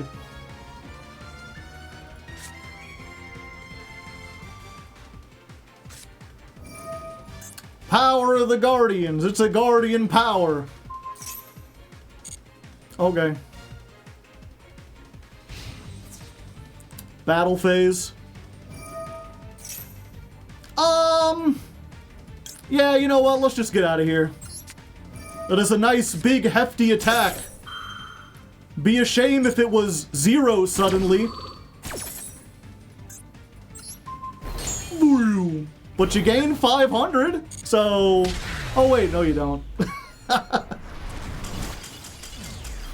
You know, maybe that was a little rude. Maybe I was playing with my food a little bit, toying with someone who had a worse deck. But it was a very mean-spirited deck, chat, so I don't feel bad at all.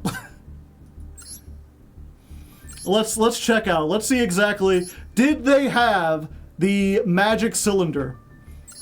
Vote now on your phones. No, they did not. Why are they playing the one Blackwing? But yeah, I was right to keep nothing on the field. It's just Kaijus and Lava Golem and the Winged Dragon of Ra and a bunch of equip cards and ways to search the equip cards. And just a little bit of burn damage, just a tiny bit.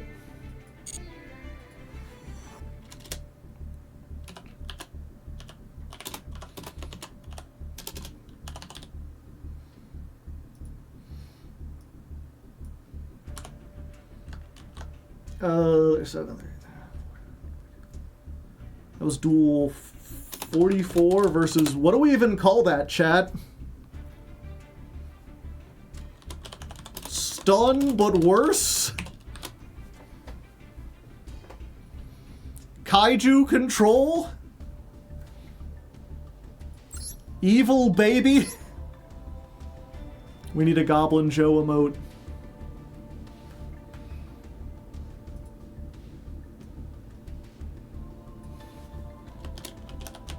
Kaiju stun. Yeah. Kaiju stun, question mark.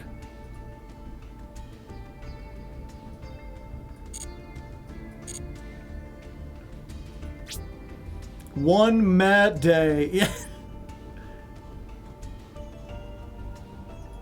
Activate trap card.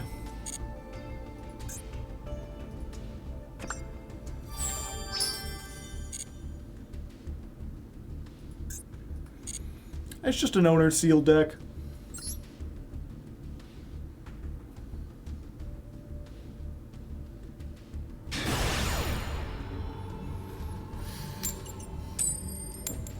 Alright, here we are, ranking up into Platinum 4, and we get to go first after several duels of going second.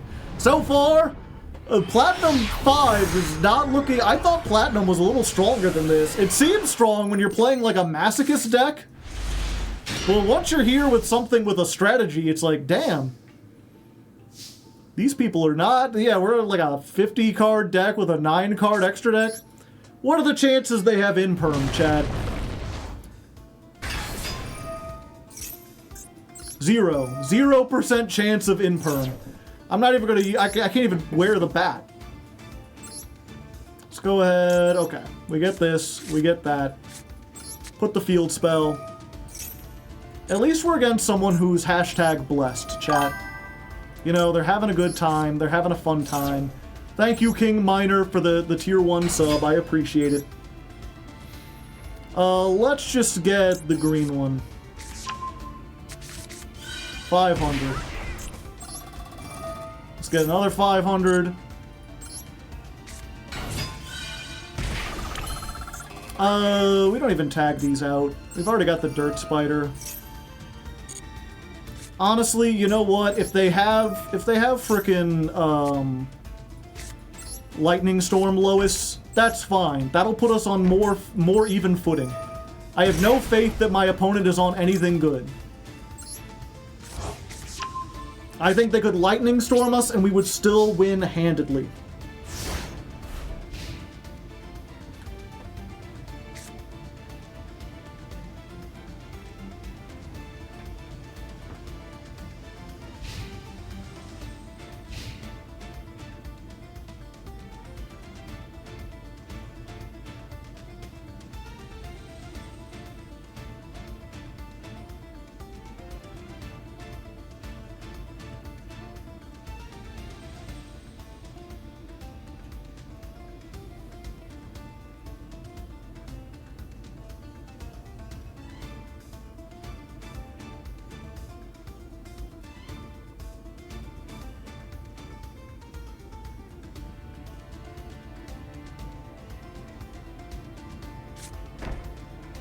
Setting a card.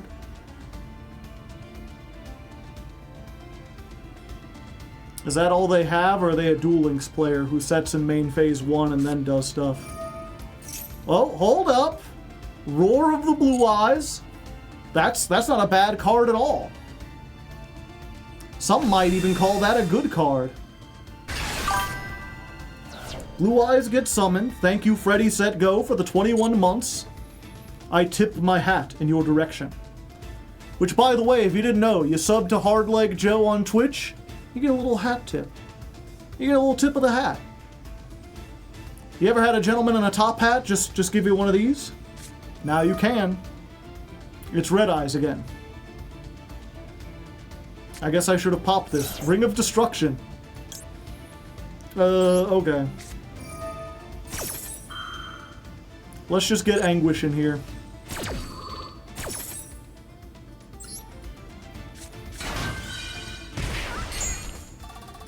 You can activate Metamorph traps the turn they're set. Yeah, let's just go ahead and pop that one. Hello. 500. Keep a little dirt under your pillow for the Dirt Spider. He'll pop your monsters down.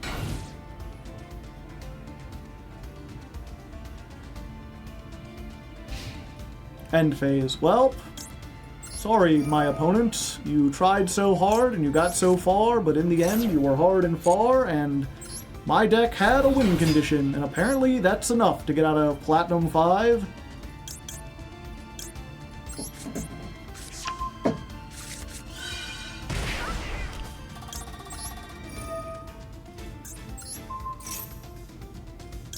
Yeah, let's just go ahead and you. It is crazy. You know, I really just can't help but wondering, like, what if you released full power Argostars in the middle of, like, Zodiac format? Would it, like, be the most top tier deck? Big Shield Gardna! Big Shield Gardna!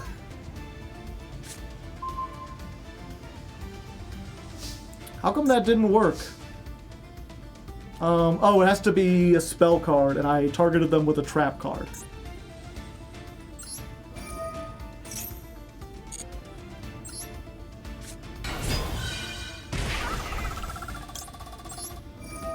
$500 pop.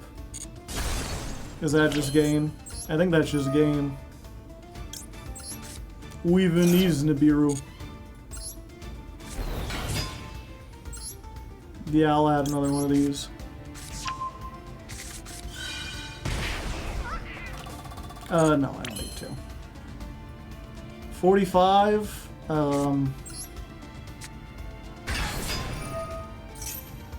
56. All right. And there we go. We rank up into Platinum 4 off the back of a really easy match. Will Platinum 4 be any better than this? How long? I think, if I recall, I think it's Platinum 3 where, like, you start actually seeing competitive decks. Obviously, you can't rank out of Platinum, or can't D-rank from Platinum 5, so once you're here, you're here. Only time will tell, though. Again, you know, put your predictions down in the chat.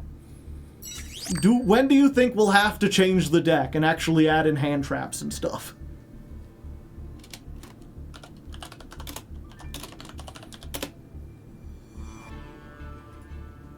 Uh, 38.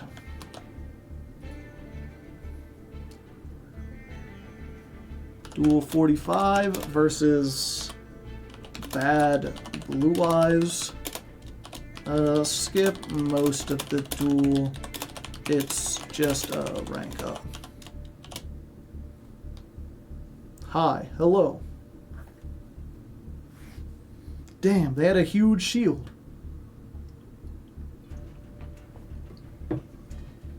Wouldn't Trident just clear Argostars? I mean, they could pop one.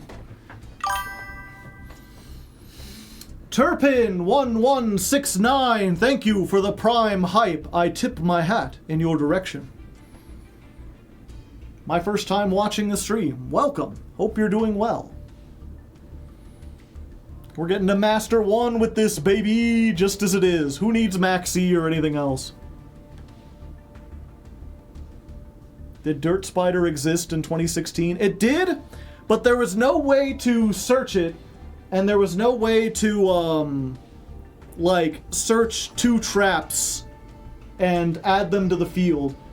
Because that's the thing, like, Zodiac was so great because it was one card that gave you 1 face-up pop, but, like, if you could go first and set up, like, the Dirt Spider and 2 Argostars, I don't think Zodiac can establish a board. Like, full power Zodiac wouldn't be able to establish a board through that.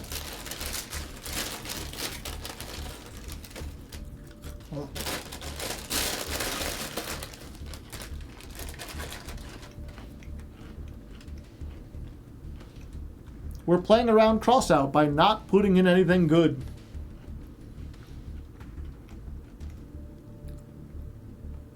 Also, someone asked, do you have a Discord? Yes, it is patrons only. If you join the Patreon at $1, you can join the Discord. I don't know why my head's so itchy. Got an itchy head. Is it the same with Trap Tricks? Yeah. I mean, Trap Tricks would be really good in the first... If it had all its modern support and it was out back then, it would be really good.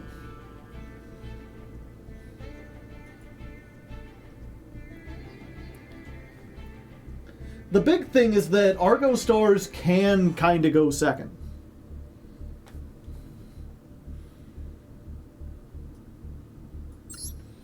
Oh, we need to upgrade this. We are now in P4.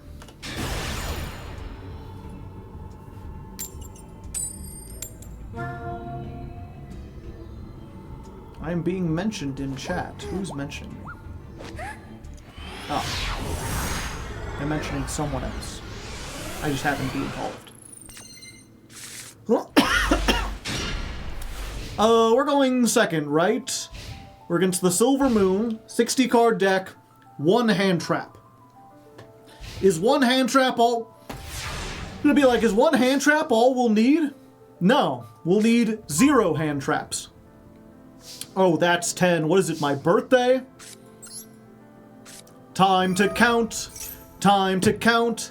Teaching Silver Moon how to count. Count it up, we go 1 to 10. That's not how it works, but they're not our friend.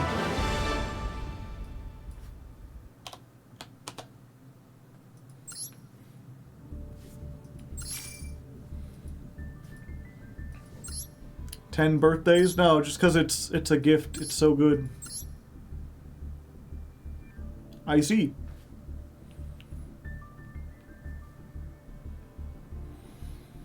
They really saw, they're like, you know, Sage got hit, Maiden got hit. How do you make Blue Eyes better? By playing a 60 card pile with Kaijus and the Buster Blader engine and 1 burst stream of destruction, just in case. And I mean, Abyss Dragon's kind of neat from time to time. But not the Primite package. The Primite package, you know, it's not worth playing. Just put 1 Ether Barrel, 1 Lordly. Maybe they don't have the budget for it. You gotta run Monster Reborn.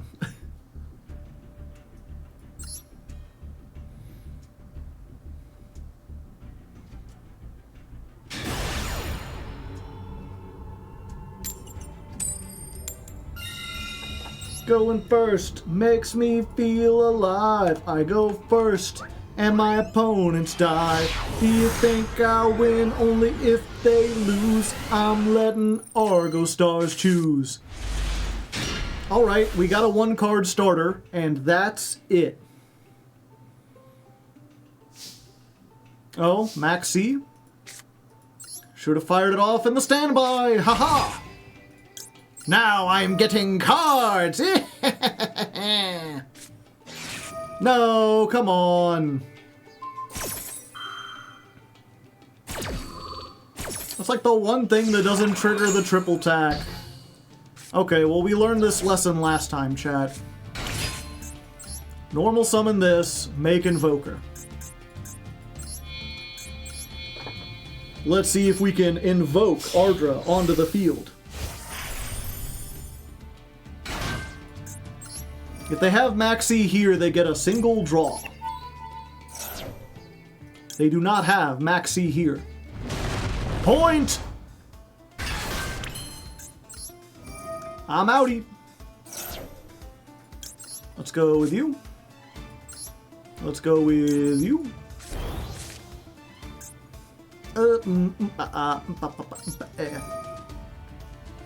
I don't think they're going to be activating this.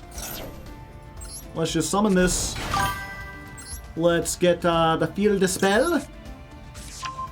Isaac, 1, 2, 3, 4. Thank you for the Prime Hype. They're carrying on that streak. Boy, you're going to carry that weight. Carry that weight for a long time. Okay, and then we're going to Silo Hat with this'n and this'n.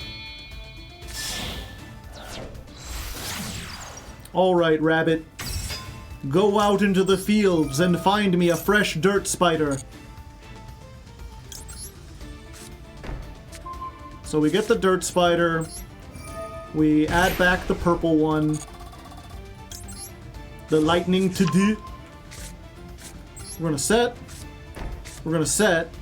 And then we're gonna go to the end phase before we tag her back to play around Nibiru. Alright. This is fine, again, as long as they don't have back row removal. Even against back row removal, we're not in a terrible position. Oh, hello. I see. Yeah, we're gonna do this now. I'll use the effect.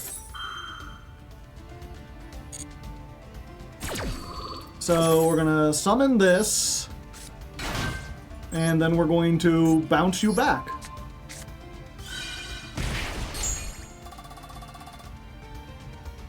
Fusion summon with monsters on either field, including this card. Okay, so they can't do anything. And then they got emergence. Wee-oo, wee-oo, it's an emergency. Sound the alarm. Strategist. Strategist. Reborn the monster. Okay. We're gonna summon the Statue of Anguish pattern here.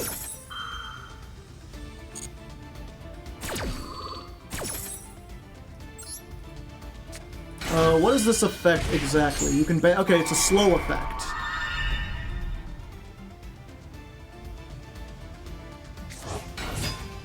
So what we can do is use this, hop back into the back rooms, and then that'll cause the stadium to be like, "You!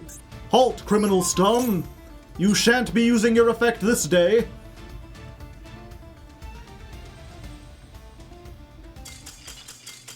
Oh, no long one? Okay. Easy. Easy, not hard.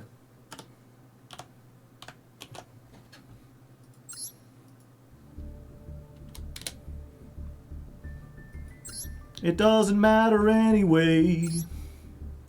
It doesn't matter anyway. Roll it up, fortune and fame. I was like, who's this? It's just Ecclesia. She's just different looking.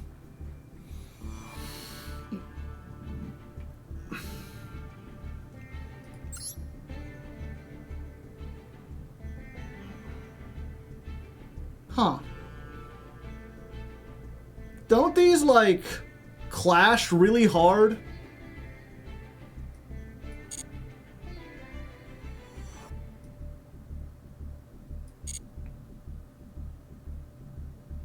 Yes. So much for Platinum 4 being more competitive. You simply branded fusion at the end of your combo? I don't think you can, actually.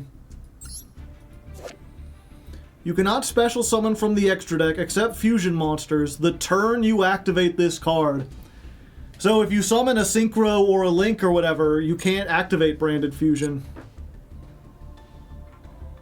You can play it with Verte. Do they have Verte? No. No, they do not. Lore. Think of all the lore, chat!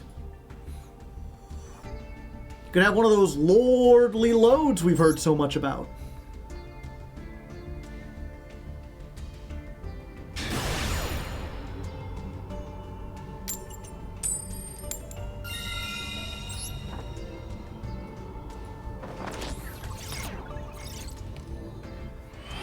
Baron galore. Cause you gotta go first, and then you rock your body. I know not everybody goes first like me. Well, I got something. Hello. Hello. Maxi. Unfortunate, but we do have to give them 2 draws and hope they don't get anything off of it. Because these are only useful if we have one that is, whatchamacallit. That is one, we have to have one banished. Even if they, like, in-perm the Ardra or whatever, it's better to get it banished so that these are at least online.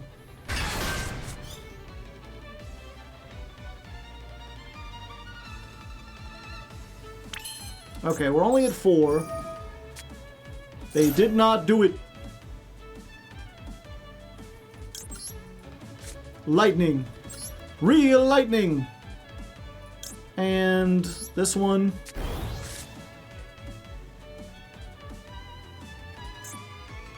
Do we give them more? I don't think we do. Maybe I should have put this in attack mode. Yeah, because the chances they get to, like, some kind of removal, they're on a slim 40-card deck.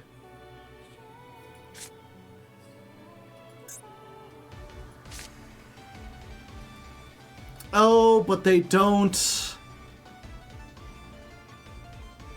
This doesn't disrupt anything, really. You know what? Let's try it. Your move.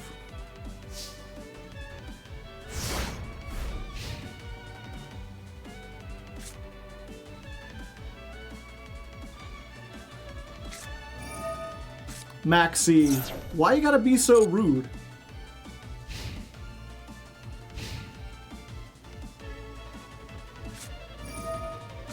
Oh boy. Can't believe they got both their Maxis.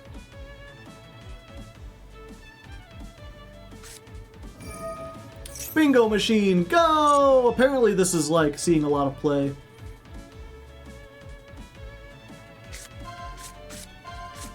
As just a way to get to this, essentially.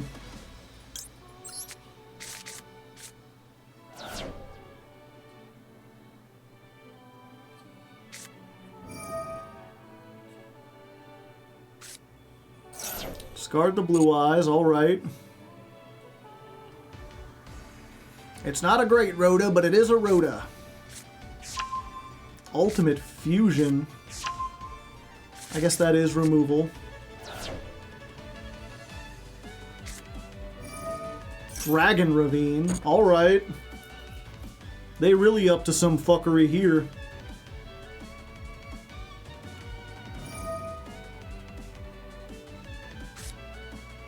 Send a dragon to the graveyard. Okay. So we know they have what?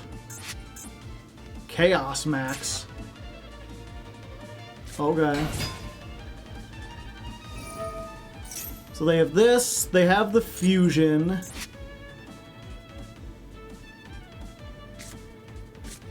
Oh, Dragon Master Magia.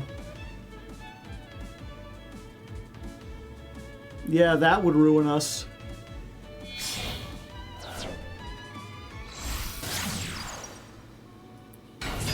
What are the things for Magia? It's Chaos and something else, right? Is it just Blue Eyes and a Chaos? Like, can they already make it now?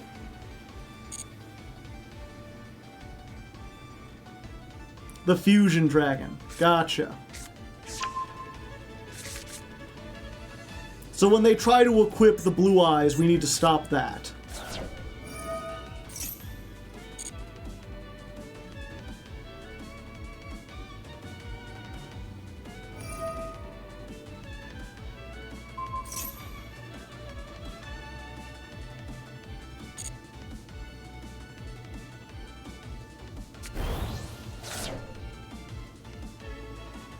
Bounce the equip back. True.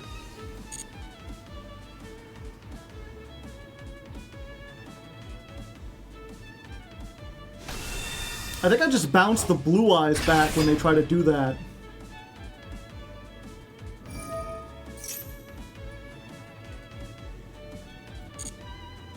Because it doesn't equip as cost. Like, they banish it, and then I can activate in response to that.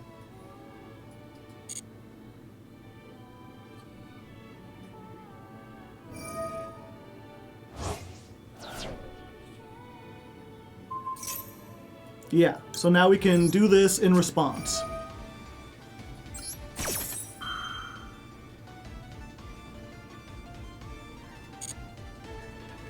We'll get one draw, unfortunately.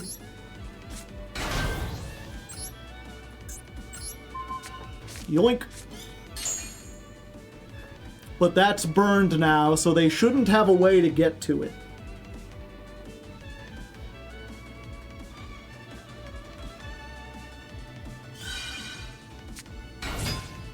Master! Master! Master with eyes of blue is here! Mastering eyes and trouncing with fear. Who knows what he can do every day?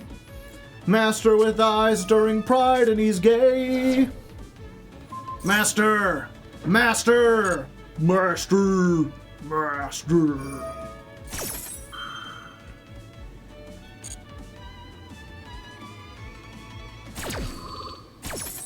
It sucks that Nibiru is going to give them 2, but I think they're trying to summon 2 Blue Eyes right now, and I cannot allow such a thing.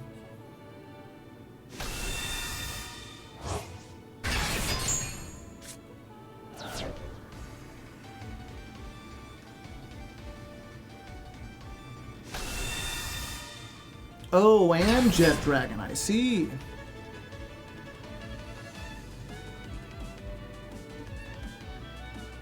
Yeah, that's fine.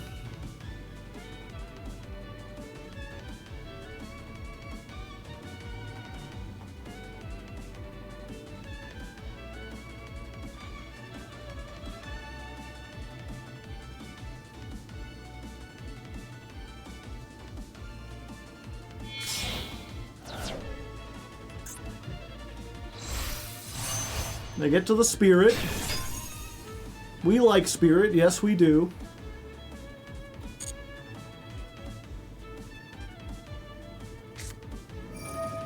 Synchro Rumble.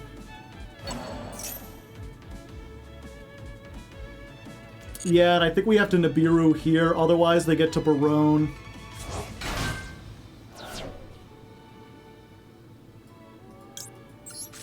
Hello?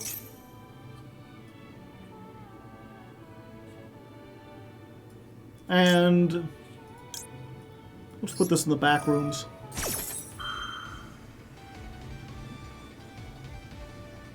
Because I don't want to lose this. Yoink. Goodbye, everyone. Attack mode. Defense mode. They're getting so many draws. I hate it.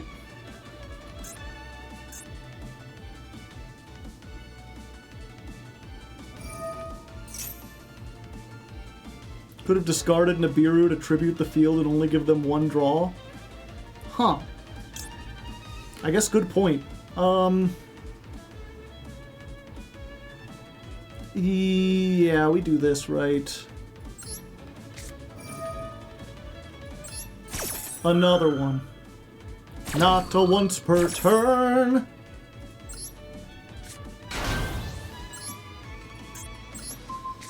What if your trap was bounced? What if your trap was really bounced?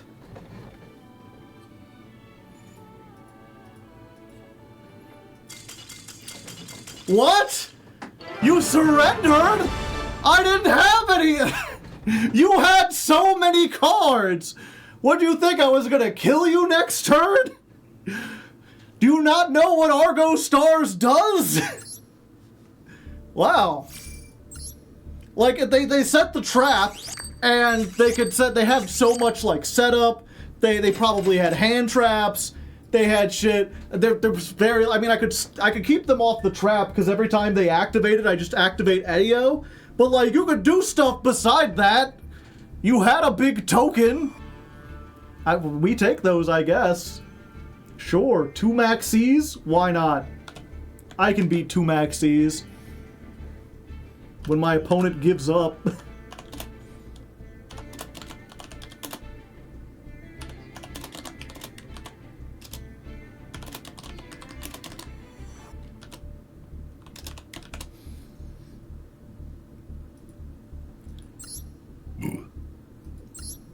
Classic Blue Eyes player. Yeah, like, this is a pretty good list, too. This is not like... You know, the Dragon Ravine is a little sus. But that's, I think I heard Joshua Schmidt was talking about, like, you know, hitting these 2 really does hurt the deck. Like, just reducing your consistency significantly. And you can't replace them with non-engine, because otherwise the deck doesn't get to its linear game plan. He was like, you really have to replace it with, like, Piri-Res Math or Bingo Machine Go. And this is a UR, but it's also in, the structure deck. So, like, if you bought a structure deck to get a Blue Eyes, you just have that, so. And yeah, they did have the Barone but DeFleur, so I was right to do that. So, like, Bingo Machine Go is no longer a noob trap, it's actually decent. I'm getting pretty hungry, chat. I can't decide if I should have a bowl of cereal or if I should cook up some nice, like a turkey cheddar sandwich. I guess we'll have a poll. I guess you can decide what I eat. You like being in control of people's food, right? Cereal, turkey. Milk and cereal, cereal and milk, cereal and milk, cereal and milk. Is it woke cereal? It's Cheerios, like chocolate Cheerios, but they've got little hearts and stuff. Oh hey, we're ranking up and we lose the coin toss, but you know, so far that hasn't bothered us much. At this point it's like, yeah, I could stand to lose. You know, if I lose, I don't think I'd be angry. Well, we open with 2 hand traps. We're up against a Korean. La Crema.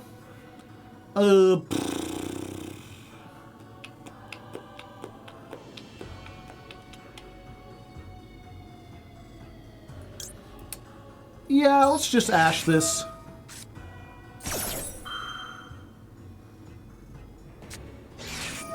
Never mind.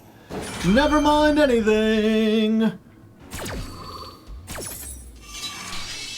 La crema. La crema de crappa.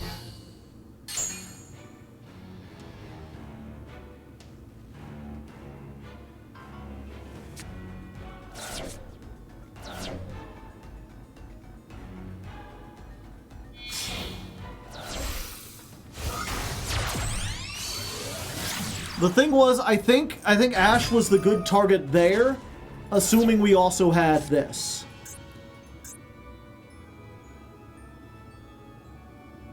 And we do. If they're bad and they have nothing else, this might still stop them. The second Lacrima. That's not something you see very often.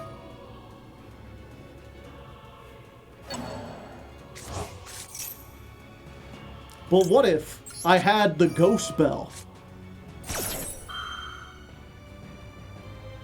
What would you say then? Huh. Oh, then they would say, Necro Quip. Oh, no, they wouldn't say Necro Quip. They are not playing the Necro Quip. Now, can I get a starter? That ain't a starter.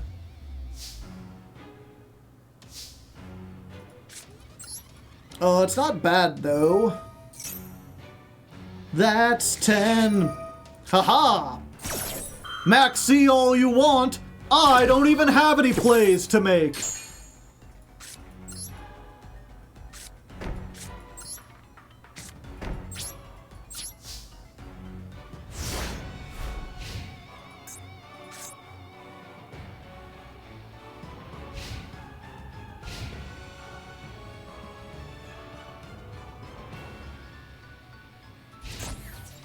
Battle phase? Yeah, I'll take 18.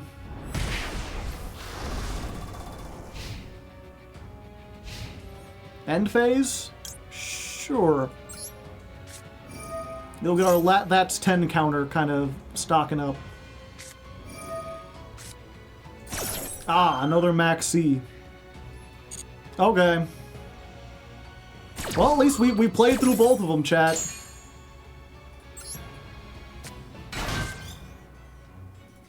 And now we get 2 counters.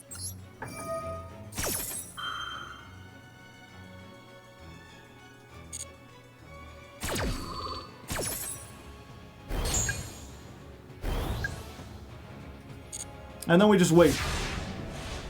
And you gotta just wait. And then you rock your body. I know not everybody waits on cards like me.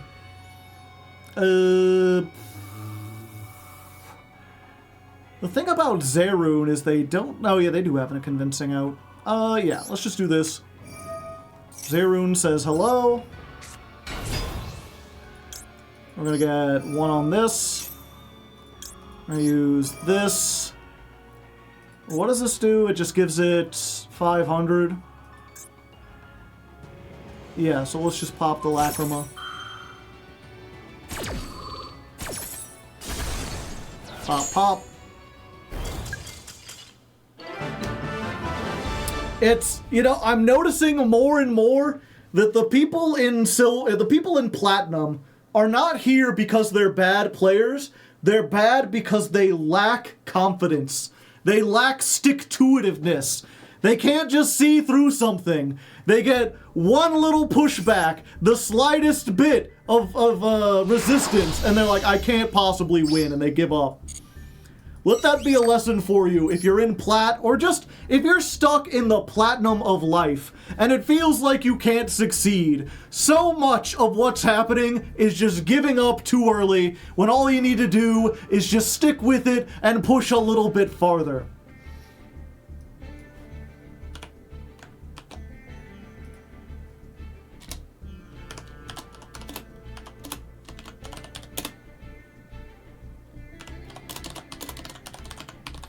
That's life. It's just how life, yeah. Especially Fiendsmith. Fiendsmith is like the grindiest deck known to man. Okay, apparently they weren't on pure Fiendsmith, chat. Apparently they were on the brickiest Valmonica variant you could possibly imagine.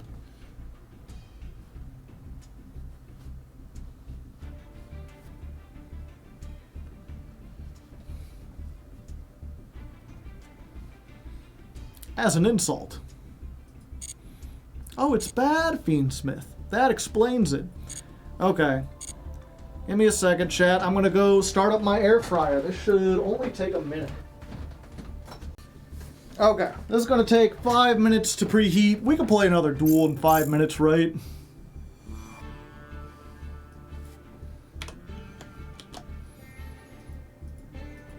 Our opponent will just surrender again, and we'll get a win in less than 5 minutes. It'll be easy peasy.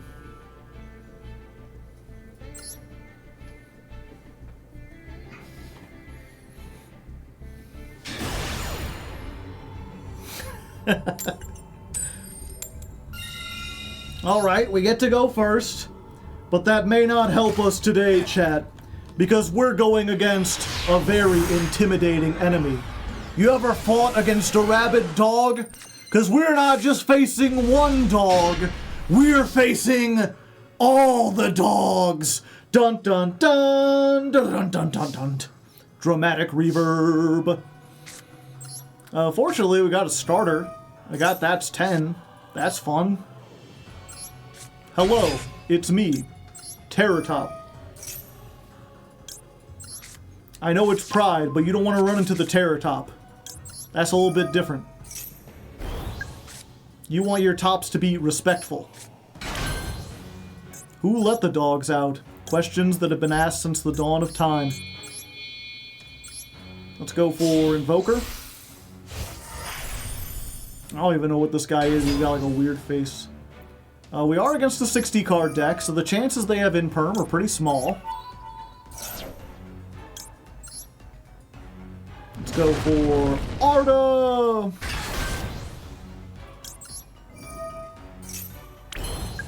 Also, how come this... Oh, it's only when it's normal summoned. I thought it was when it was special summoned. Let's get you and you. That's 3. Let's summon this. We discard this, of course, because we can just get it back with the field spell, which is what we're grabbing, because why wouldn't we?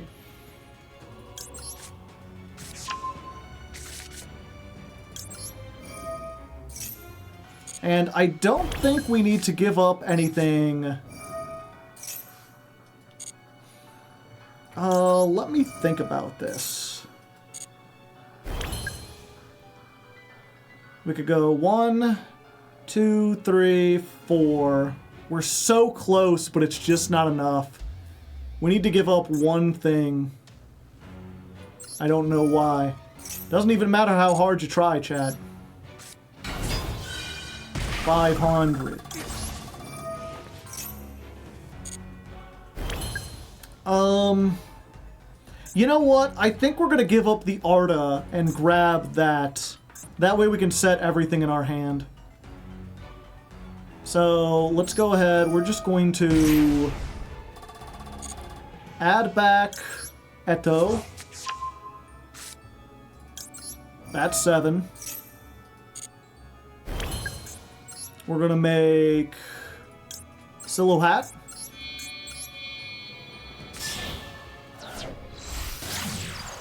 The Wabbit.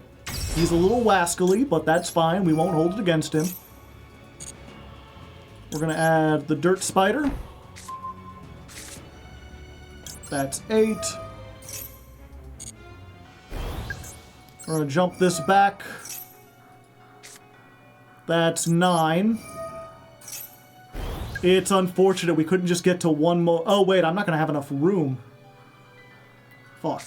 Okay. Well, we set these two.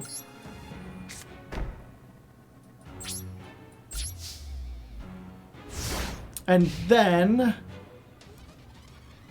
I think, just to play around the fact that they might have Lightning Storm or something, we're going to go ahead and Anguish Pattern now.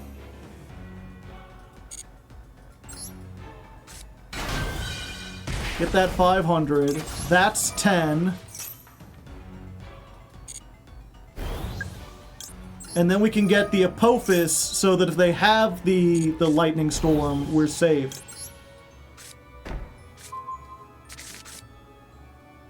There we go. We did it.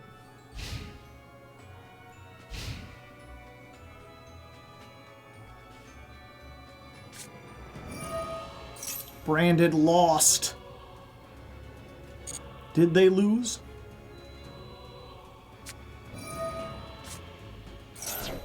Add 1 Bestial. Okay. Do we have any light monsters? No. So they do have to banish their own shit if they want to get the Magnemite.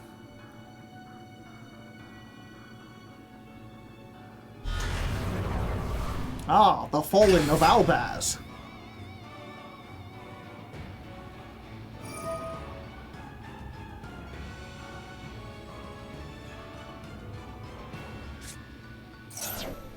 I see. Yeah, I think we learned last time that this was like the best way to deal with that.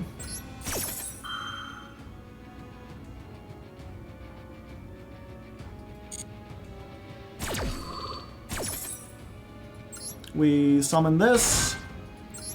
We return you to the hand. 500.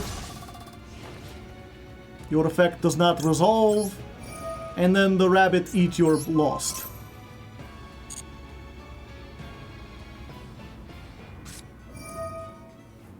Okay.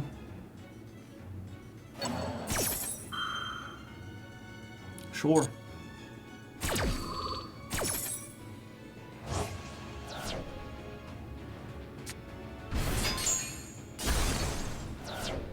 And then at the resolution,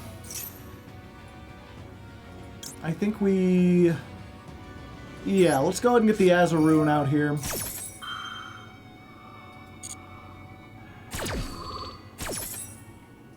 Defense. Chomp, chomp, chomp.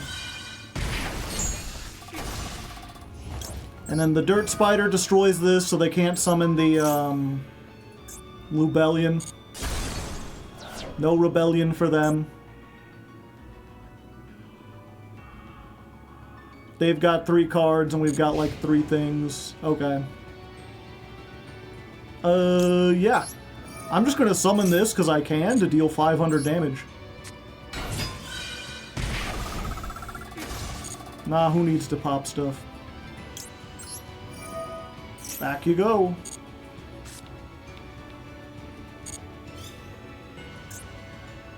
And then they get what?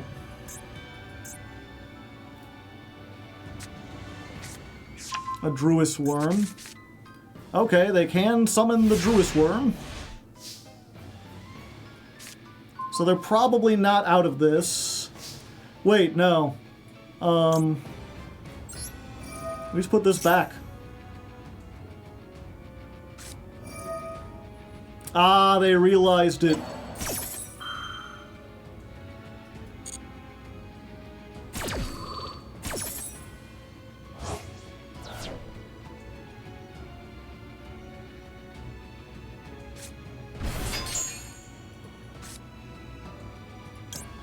Yeah. This won't work, but we can pretend it does.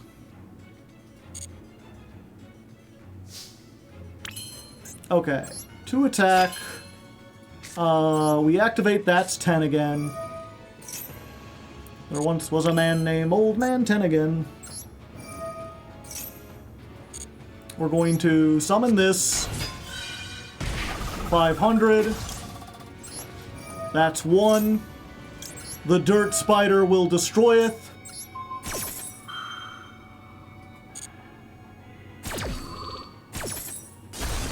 And then they'll activate that and they'll be like, I need to get rid of that statue of the anguish pattern, I assume.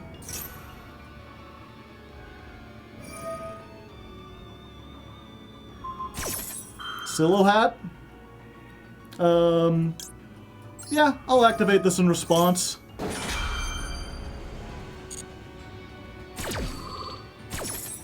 I'll just, bounce the Silo hat. Now I can summon it again and get another dirt spider if I feel like it.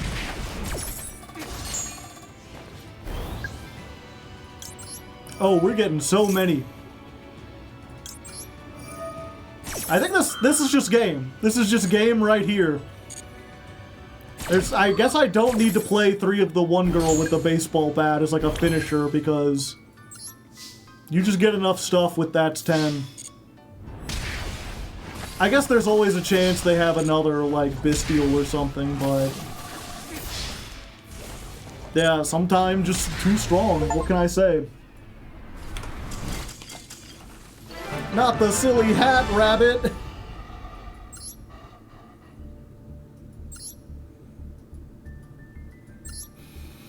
Okay.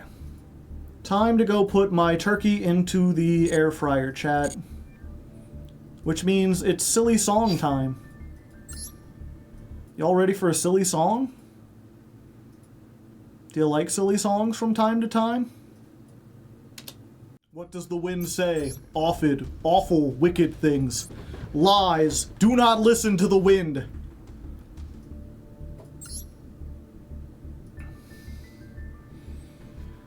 You were just warned. Don't be curious about it. Okay. Going first again. Now that I'm full of turkey and cheese. Going first again. Let me try to hold back my burps, just please. Okay, we're going first. We got a starter, as long as it don't get ashed. It got ashed. Alright, so things are not great, but Azaroon and Apophis are like a viable combo. And we still do damage. So we got 1,000 damage.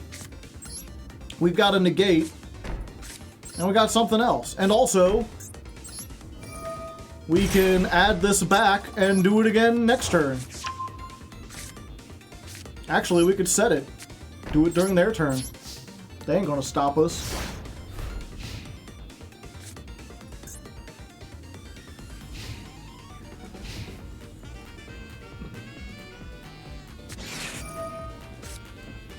Alright, that's unfortunate.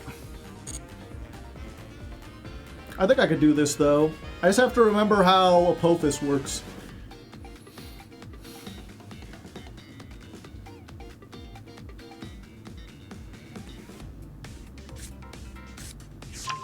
Sanct.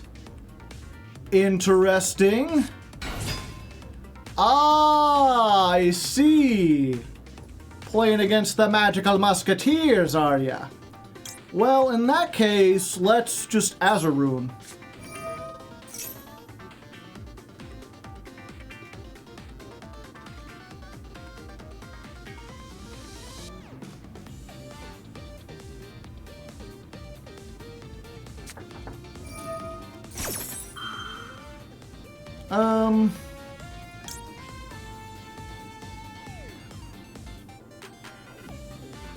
Okay, that won't work.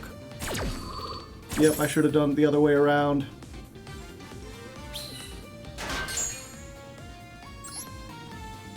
Attack mode. 500.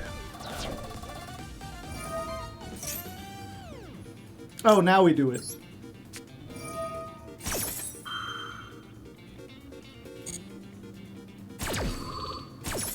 So we summon Apophis, and we negate you. 500.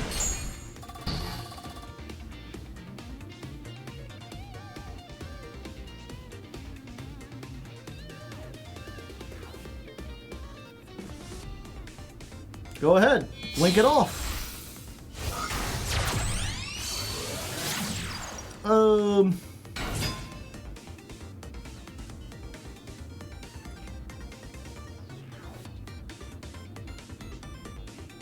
Yeah, the thing is they get to that anyway.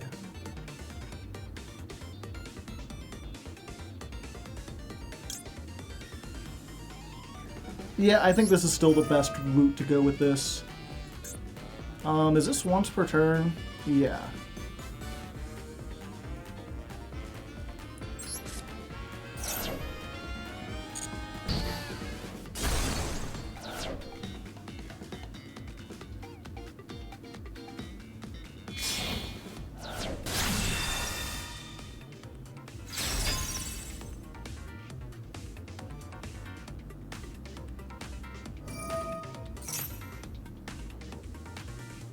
Up to the number of spell traps. Oh, I still control it a bit. Do I?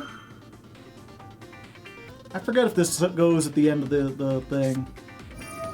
Ah! Dominus Purge! Pourquoi? Yep, I think I may be dead, chat.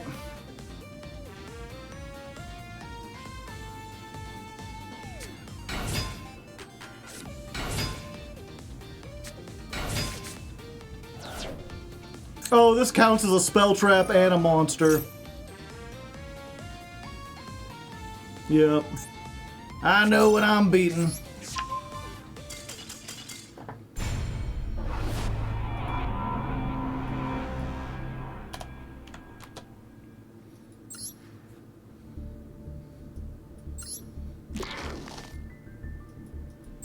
Gross. Do not make that sound near me or my son ever again.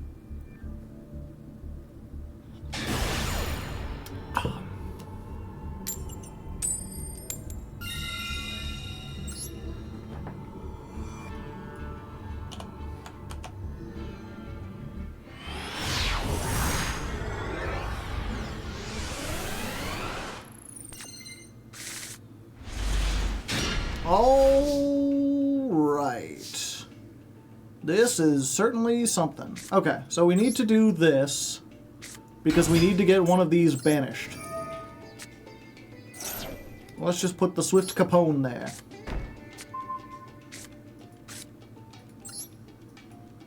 We'll set. We'll set. Let's activate this and see if they like max C. No. Okay. Triple tack, not doing a lot. I think if I'm going to take anything out, it's going to be this. Still, we've got a bounce and 2 pops. At least 1 pop.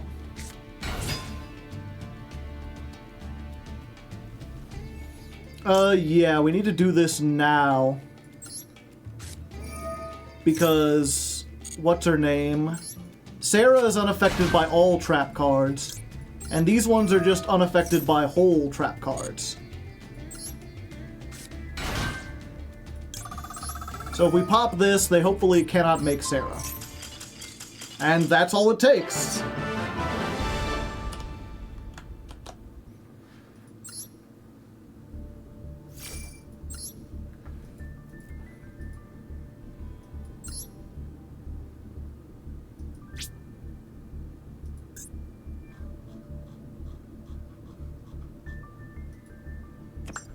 Duelist level.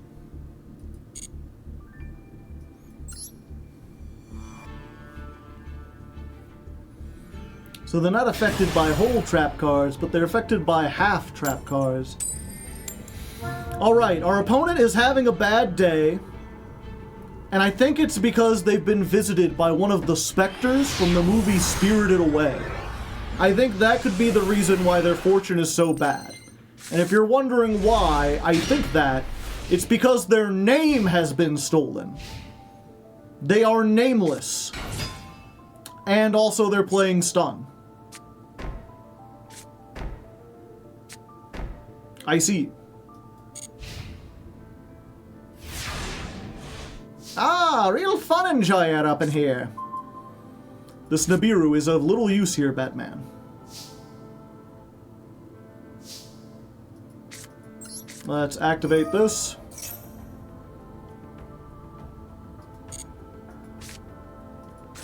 Let's set. Let's set. There you go.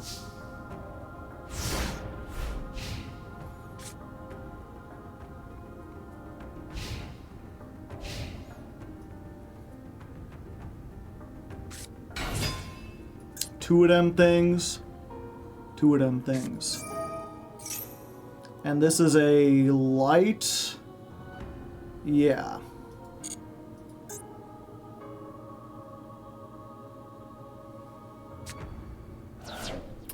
Ooh, okay, now never mind. We only gotta deal with one.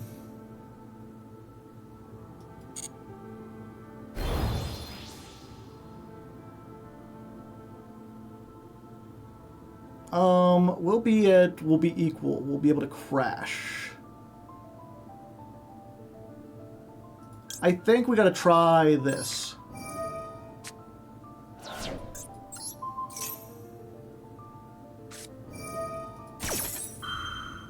Power Sink Stone.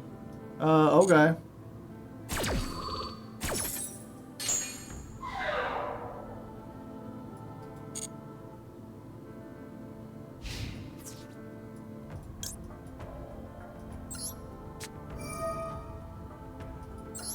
Yes, I will... Actually, I'll pitch the Argo, because I can get this back.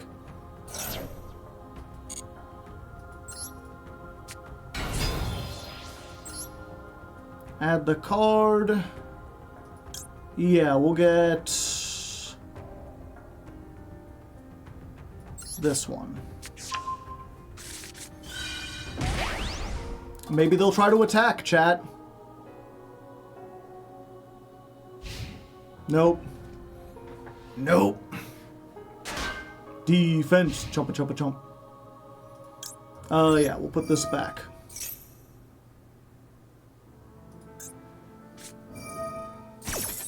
I see.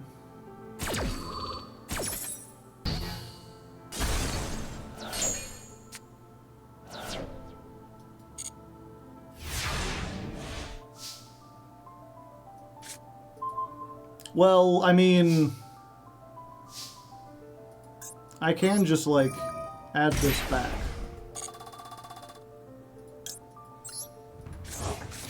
Only the attack is halved. That's unfortunate. I can still normal summon this, though.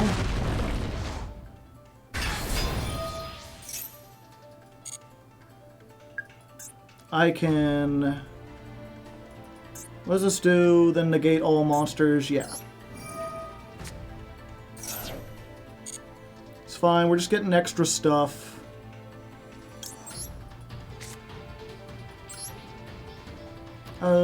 Yeah, they ain't ever activating anything. Oh wait, actually, does this activate? No, it does not.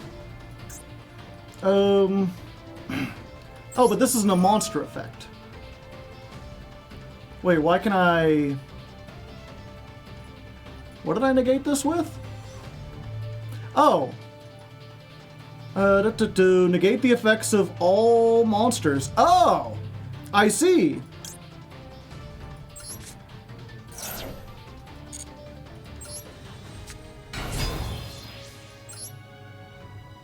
In that case, we'll go for this. 500. Unfortunately, because of this, I can't summon another one. Let's activate this now. We'll grab this. Oh, okay. Good. I didn't want to fight through that anyway.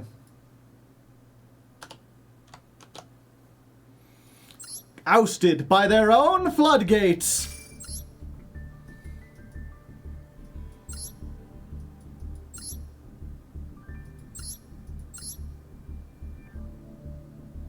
Yep. Just one of those decks. And one Fallen of Albaz.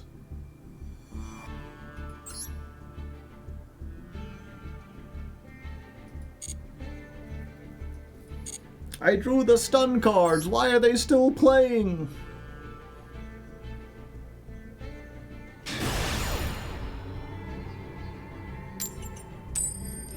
I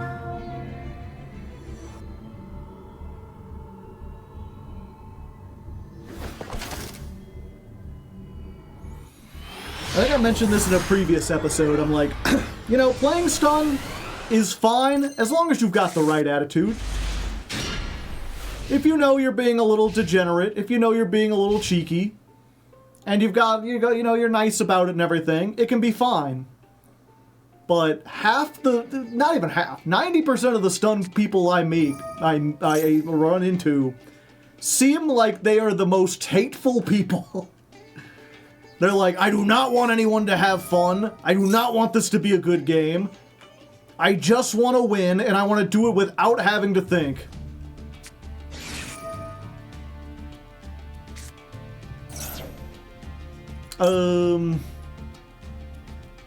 Yeah, I'll ash this.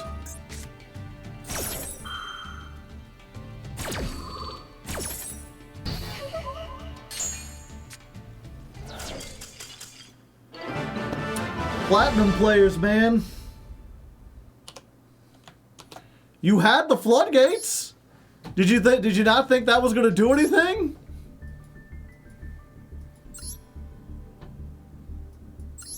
I mean, it didn't against me, but you didn't know that. Alright, and we're about to rank up. We haven't had like a single good match. It's all been people surrendering to like a single lash. People surrendering when they had a really good hand. People just not wanting to play Yu-Gi-Oh! I don't understand it. We got it. This is pretty nice. 46. Okay, there's a chance. Yeah. I always like, we should do this to bait out Ash, but this... She's not affected by Ash. She's affected by Imperm and other stuff. Imperm and Valor. Okay. We'll get her. And we'll get her. And then we do this to bait out Ash. Okay. We'll just add another one of this. And they'll surrender. And there you go. I mean, to be fair, that was like full combo. We had a lot of stuff. Depending on their deck, maybe they couldn't have played through it. It just feels like all these people in mid-plat, they just give up so easily. Let's see what they were playing. Is this a deck that could have beaten Argostars? Snake Eye, Azamina, Kashtira, Fiendsmith. No, you know what? If Argostars gets full combo and you're playing this, there's no chance you could win. Their deck doesn't have any comeback ability. It can't play through 2 pops. Why would you? What? I'm trying to think. I'm trying to conceive of a hand they could have had with this deck where they were like, nah, I ain't gonna do anything. What could you possibly have had that you're like, no, I just don't have a chance? What's it like? Flamberge, the Snake Eye Diabellstar, Hollowed Azamina, the Field Spell, Birth. Like, those are like the only 5 cards, maybe this trap, maybe these 2, these 3, are like the only cards that aren't like a 1-card starter that get you into other card starters. They must have had a power outage. That's the only explanation. I'm gonna put dual...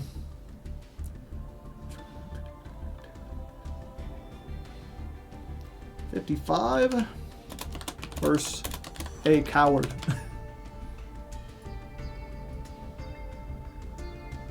I think that's what number. 47 plus 8. Oh, plus the draw. I've been not counting the draw. All of these are one higher.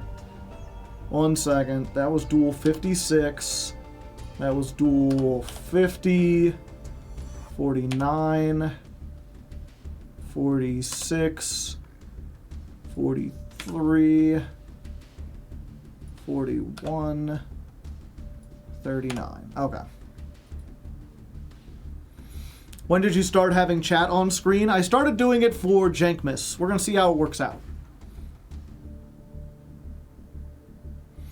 Maybe they open Flamberge, Birth, cross out the trap, and cult buy. So is Blue Eyes better than Argo? Yeah. Blue Eyes is, like, on par with, like, Snake Eyes. Blue Eyes is one of the, like, the biggest, the strongest decks right now. Top 3 decks is, like, Snake Eyes, probably, like, Bestial Fiendsmith, and Blue Eyes. Primite Blue Eyes. Maybe, like, the pure Primite deck. Or Primite Bestial with, like, Dippity.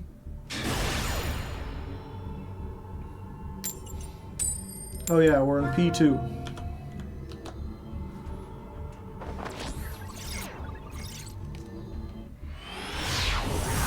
It's overrepresented because it's Blue Eyes, but it's definitely very good. Yeah. Okay, we're going second, but we got a rock. I mean a big-ass rock.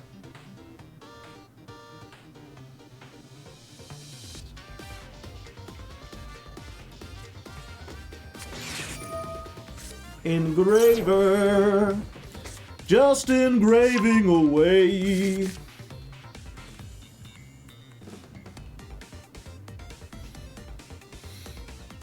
I mean, they have a way to play around Nibiru, but the question is, will they?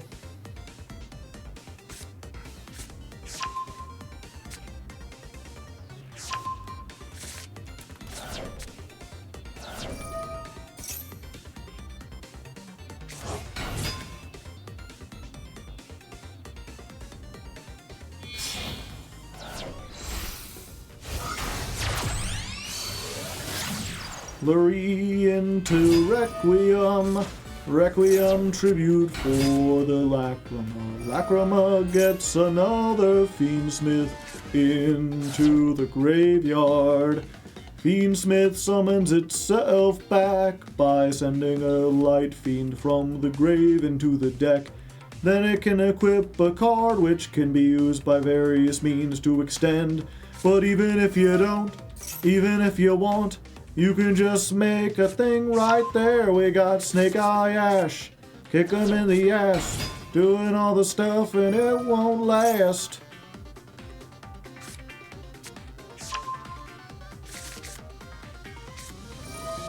Okay, we're gonna pretend like we don't have Nibiru.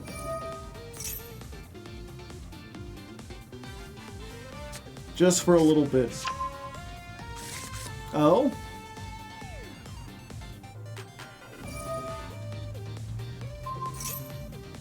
Equip to her. Oh, and then you send that off.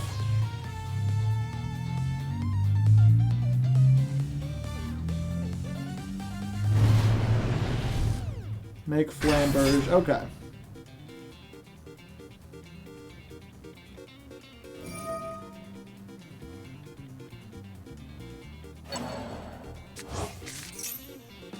Send back the Lurie, summon out the Engraver.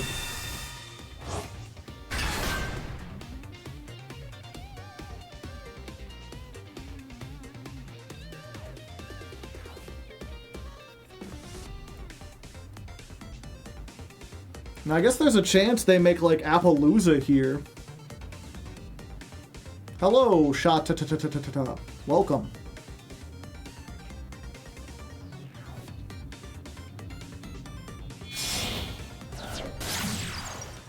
Well, they make the sequence.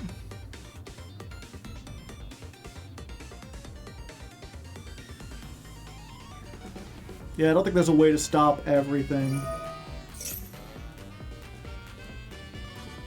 Well, we let them fusion summon.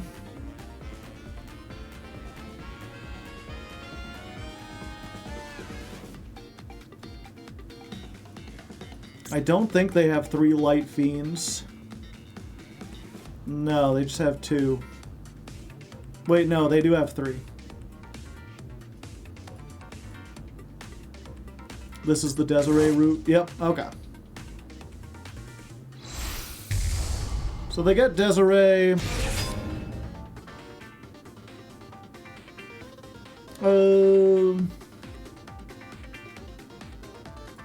Yeah. Let's just do it here.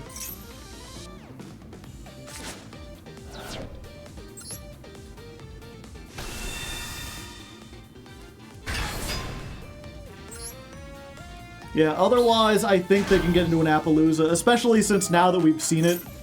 They do get 2 cards back, but they didn't go into Oak, so all they get back is the, whatchamacallit, the Ash that they already activated and the Poplar that they already activated.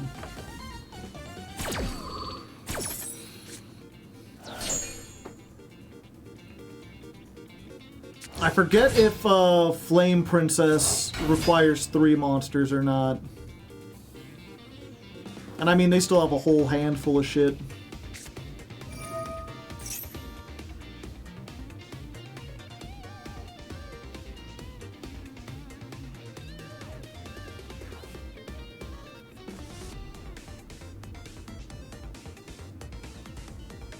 There's always a good chance, though, they end on something like a 2-mat Appaloosa, and then, like, we activate this, and they negate the original effect. Then we can walk over it and, like, use the effect to get stuff. But if they do get, like, any monster negate, we're kind of screwed.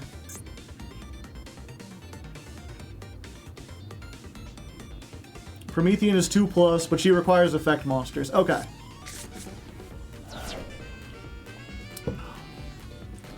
Yeah, and then you can link this into Link Karibo. Oh. Ah, Mask.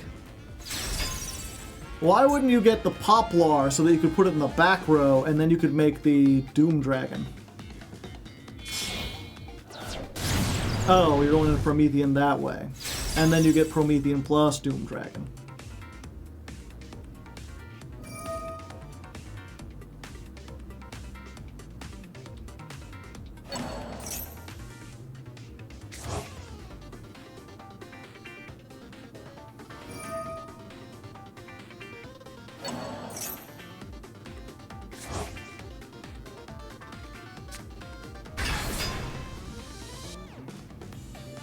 Oh, you can get this and the Doom Dragon. Gotcha. I'm unfamiliar with this combo.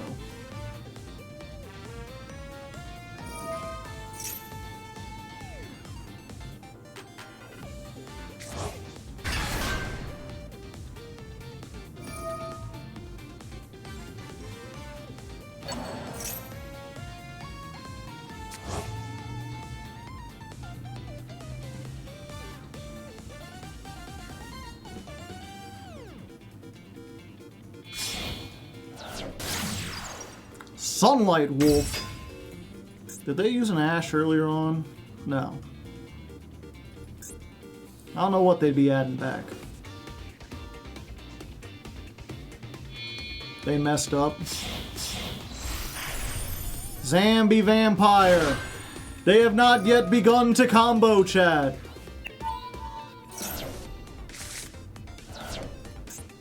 Fuck, now they know we're playing Argostars. And they got a D-Bell Star.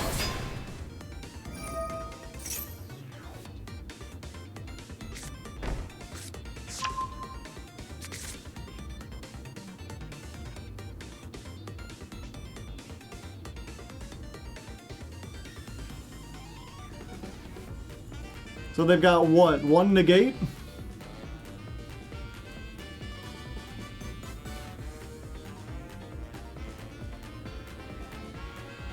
Not OSS. I thought they already had it, but they haven't used it yet or searched it. Strange.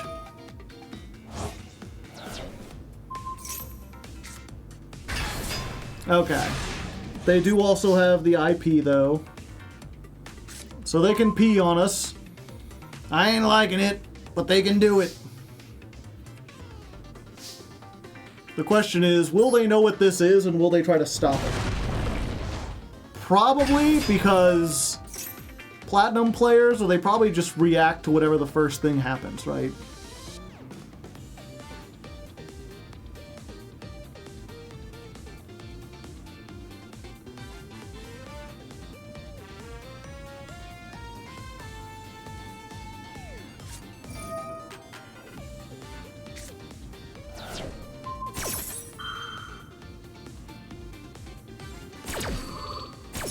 Okay, so she's negated.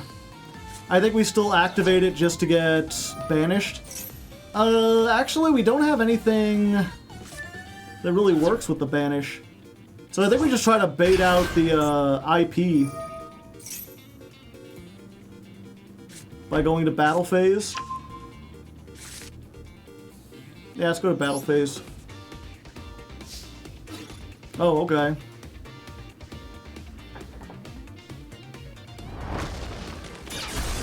Interesting choice. Do we still banish this? Yes.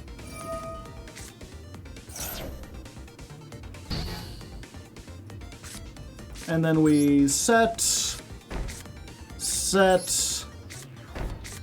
and set. It's not great, chat, but if they're not great, then maybe we can get them. Maybe we can befuddle them. Give them a little honky donkey, if you know what I mean.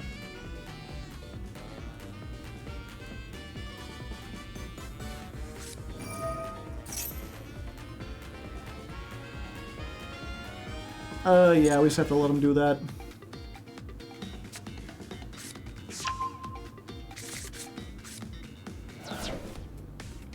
These two effects shouldn't be on the same turn.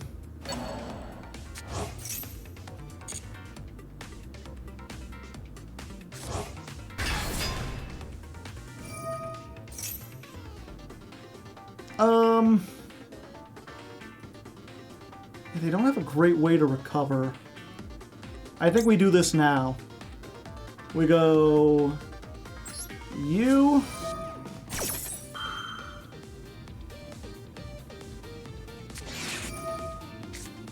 Okay, they get the draw one, but I was going to do all three of these anyway. Then you...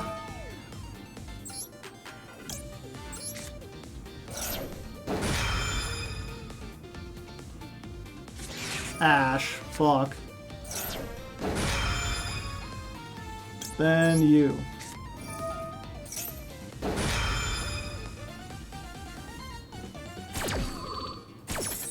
So we Anguish Pattern. That does that. Swamp Deity gets to come out and negate one card. Oh, we can negate two. Sure. They get one draw.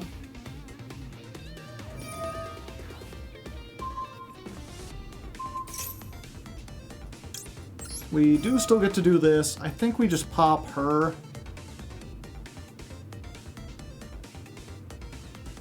Yeah, because anything else they can just instantly bring back.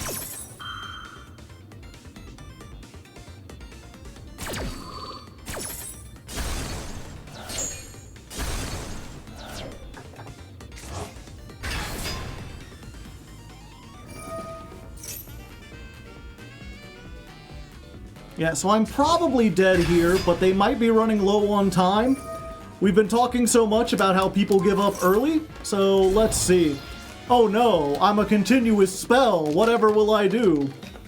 Oh, actually, they could probably just kill me from here, right? 7,500. They're close.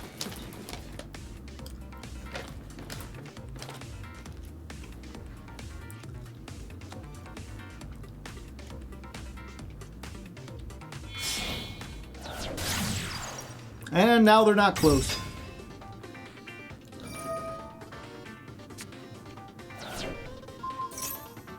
Just popping that. Okay.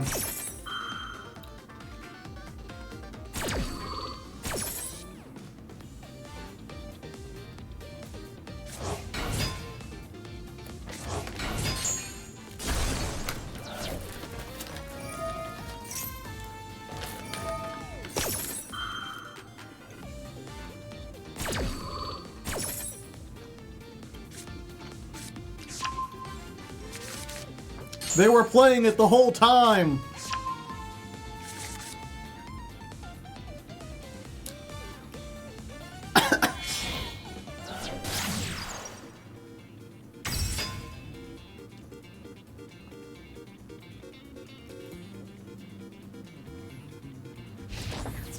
What?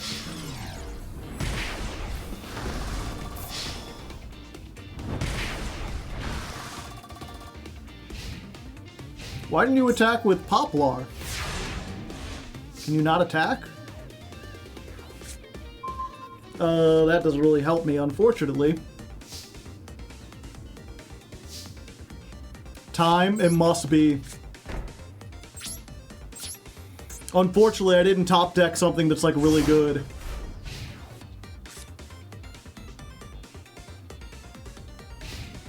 We still lose. Yeah, probably. But if they're that low on time and they're getting stressed, we might just be able to edge this out.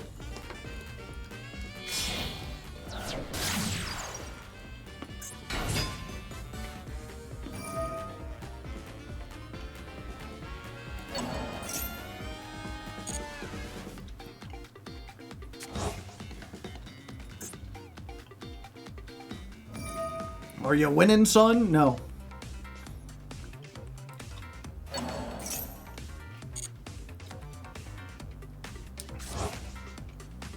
Oh, I think the Promethean Princess, though, just does it, doesn't it?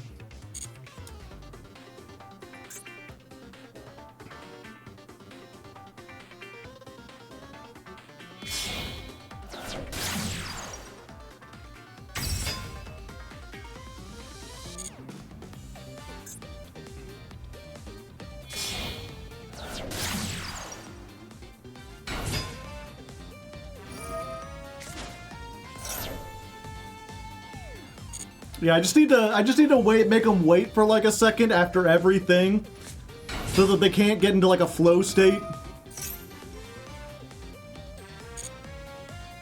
If they're low on time, we want to make them sweat it.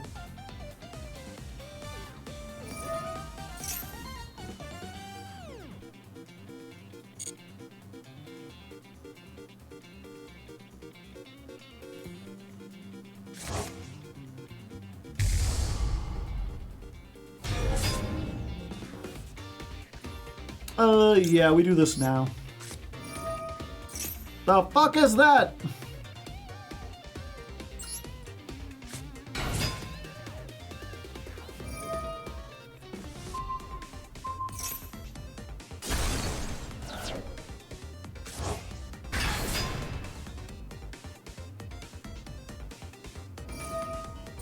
You don't need to do that, buddy.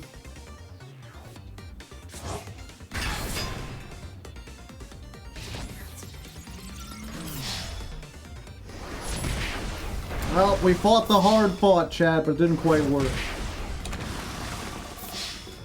Turns out, if we go second against the best deck in the format, Argostars doesn't do very well.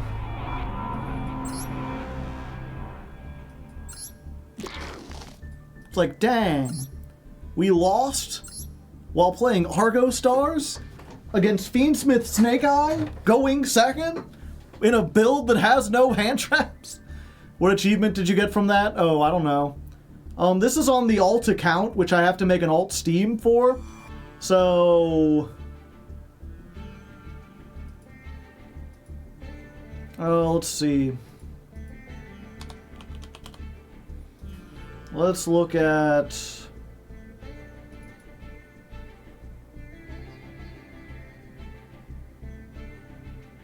declare an attack on 100 monsters in ranked duels. Deal a total of 100,000 damage with card effects. I think that was the one I just got. Yeah. No, that was earlier today. This was declare an attack with 100 or more monsters.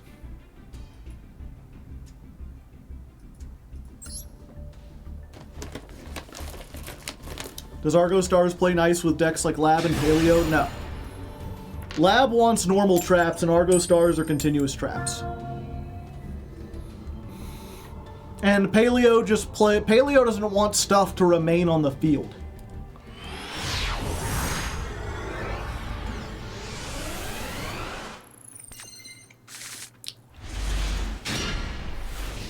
Okay, going second. I got one trap. She ain't the best, but she's gonna do her best.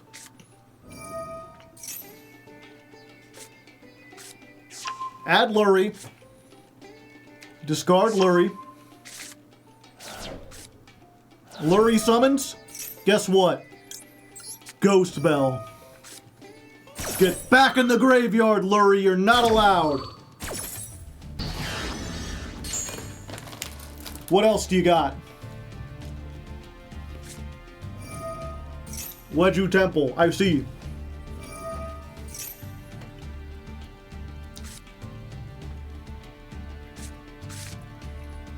What is your hand that you're like, I should put the engraver there? I guess they have nothing else to search with it.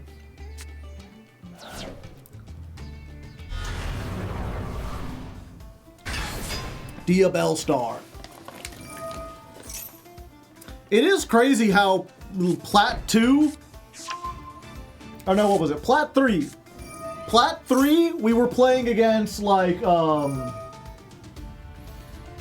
bad Galaxy Eyes deck, and then Plat 2 is immediately, like, Millennium, Azamina, Fiendsmith, Snake Eyes.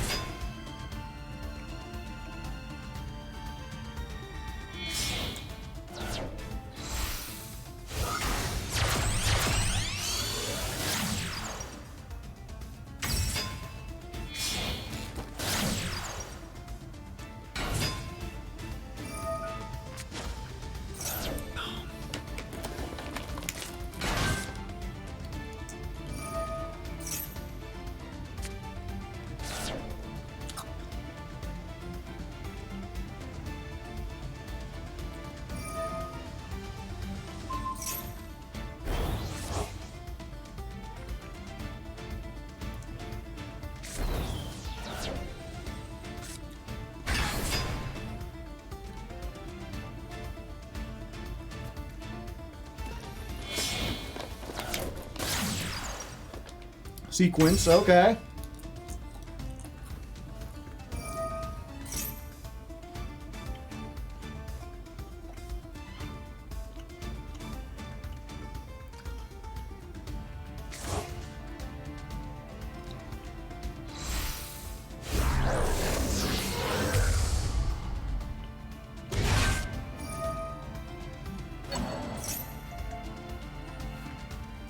Text messages.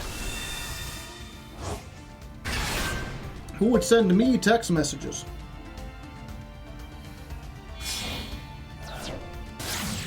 Gavin Newsom. I'm not even in California. Oh.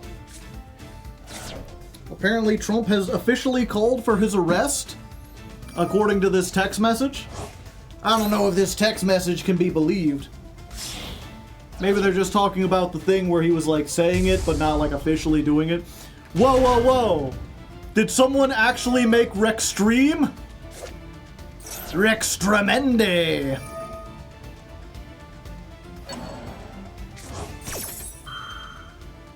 This card is sent to the graveyard. You can target one other Fiendsmith card in your graveyard of banishment. Add it to your hand. Unaffected by card effects except Fiendsmiths. Huh.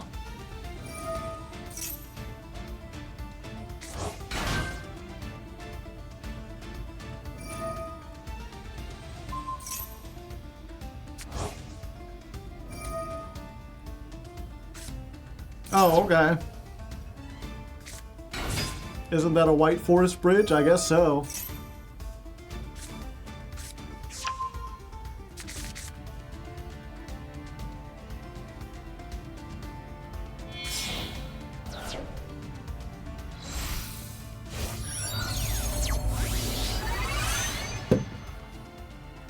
Bricklayer!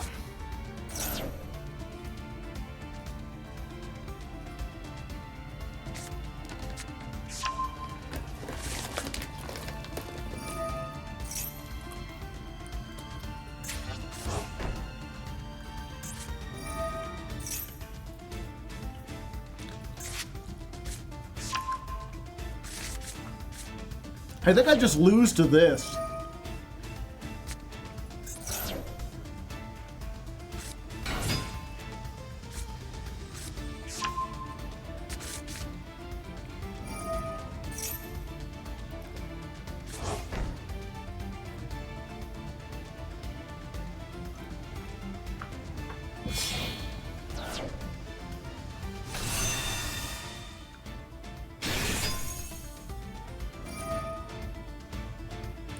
Yep, unfortunately, all I have is the forbidden droplet, and that can't stop this trap.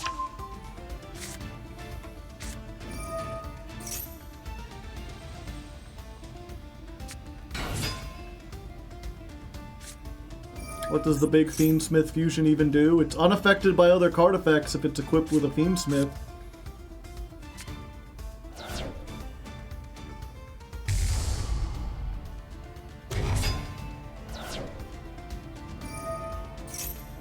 One year later.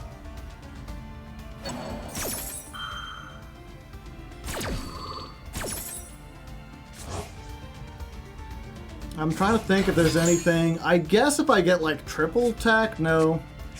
Yeah, that trap just like screws us. Granted, they might send it to activate something. Maybe.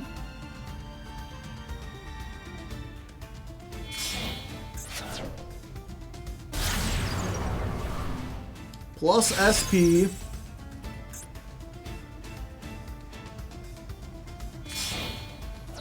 Do you play Solemn Strike? No. Elf.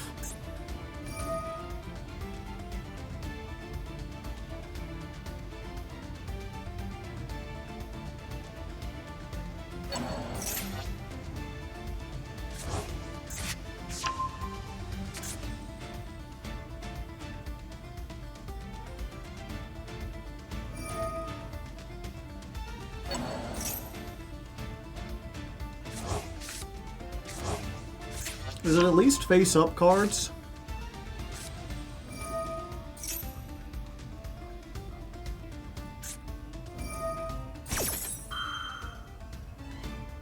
No, it's just target cards. I can't believe they gave White Forest, like, Compulse for 4.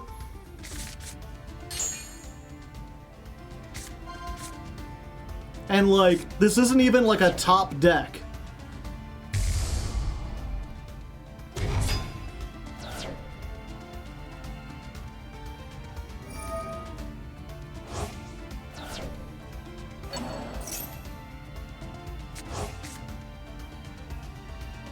Compulse for 3. Fusions or synchros with different names that are illusions, spellcasters, or fiends. So at least just 3 right here. Oh, they tagged back the other one. Well, this is a fiend, so that's 4. 5. Yeah, just right here, they've got Compulse for 5.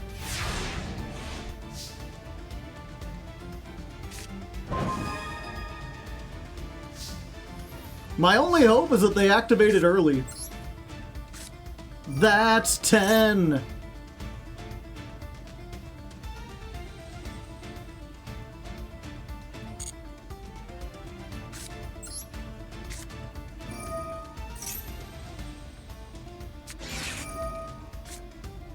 And of course they have Ash too.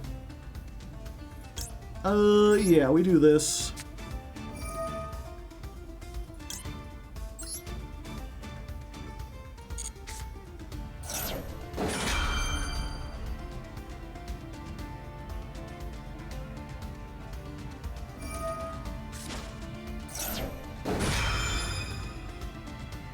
You didn't send a monster, I know. But that was the thing, right? Is I only sent off 1 card, so I was gonna negate that, And if they let me, then I negate it, but it stays on the field for next turn. Instead, they tributed it off, so they're just -1 monster.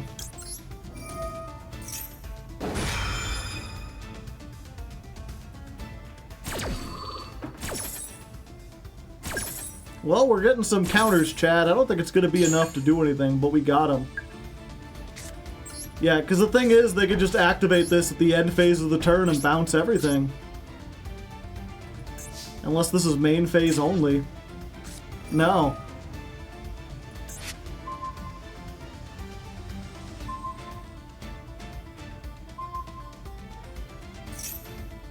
I can count to 4, but they can count to 3.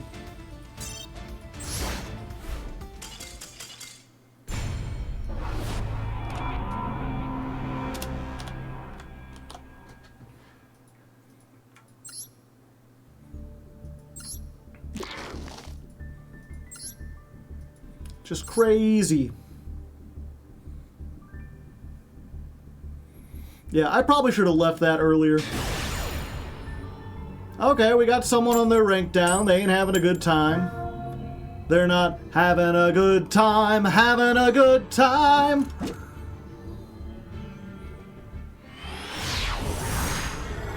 Joe, what do you think Argostars need to be better?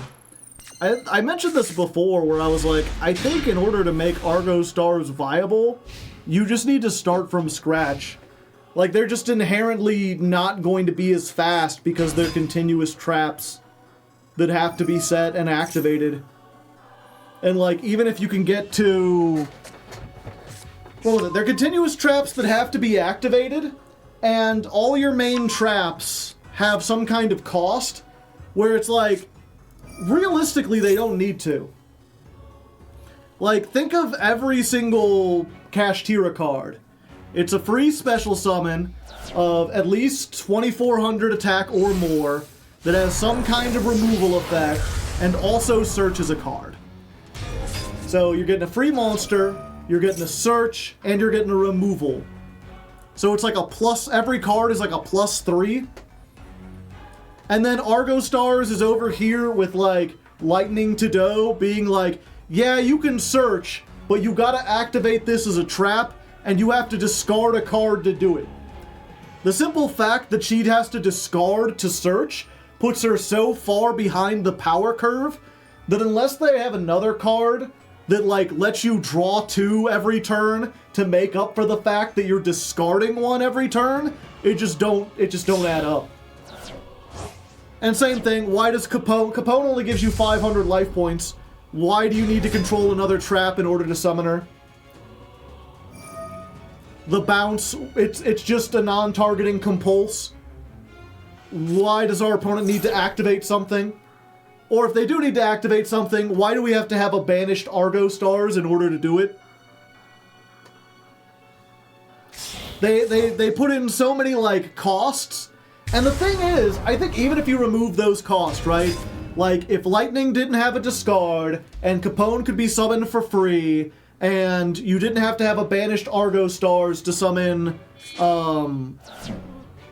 Eto, or you didn't have to activate it in response, get rid of either one of those, whichever you think is more powerful. The deck's still not, like, top tier. The deck is still a slow control deck. But the fact that it has all those costs on their main playmakers just ensures that no matter what you give them, they're always going to be behind the power curve.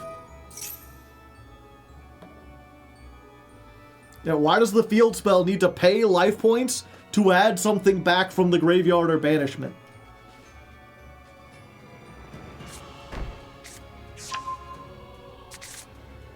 Yeah, I don't think I can beat this.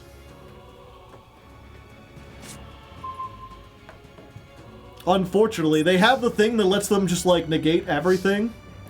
It's not permanent, right?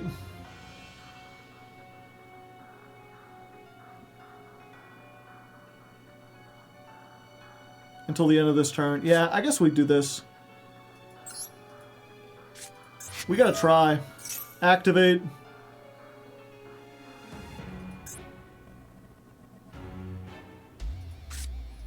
We'll special summon Terratop. Activate.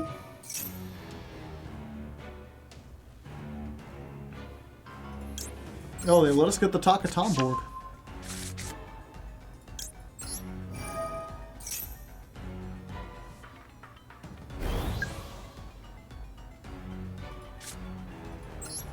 Yeah, the problem with this, of course, is that, like, they can just let us get to 9 and then activate that and blanket negate it. Oh, I think we still try for it.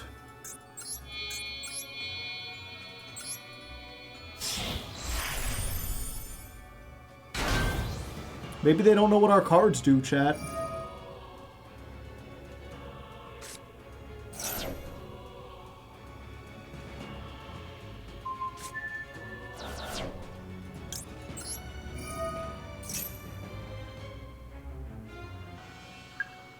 That's 2.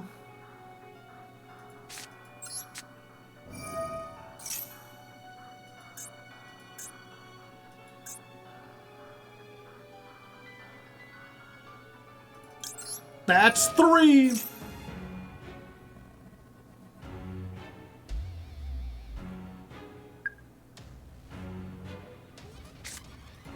Yeah, and then I think we just set these.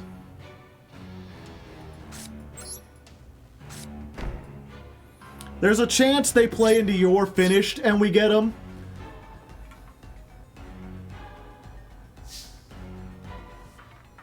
Terratop's not once per turn. Nope. Because the effect to summon isn't an effect, it's like a condition. If anything can get to that's 10 and you're finished, it's branded. They never stop activating effects. For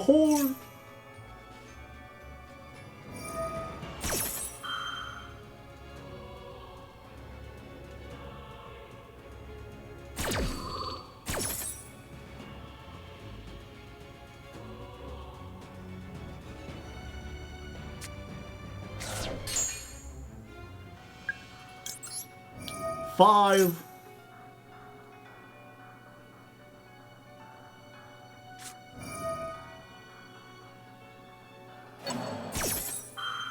Okay.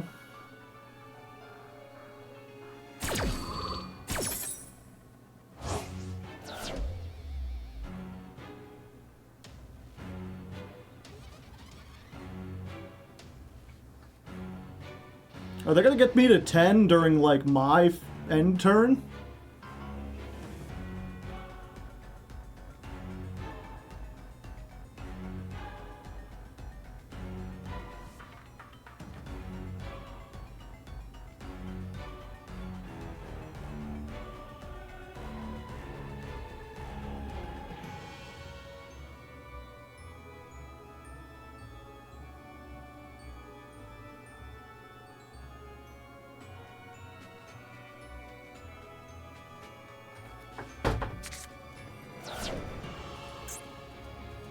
Maximus. Oh, Albion.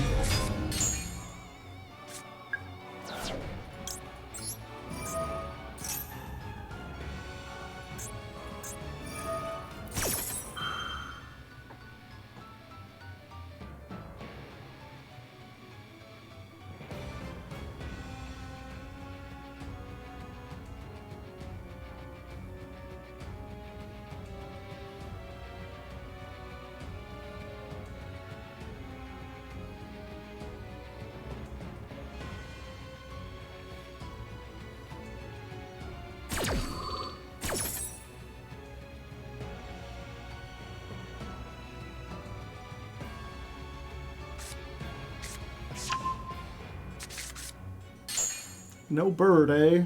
Unless you already have the bird.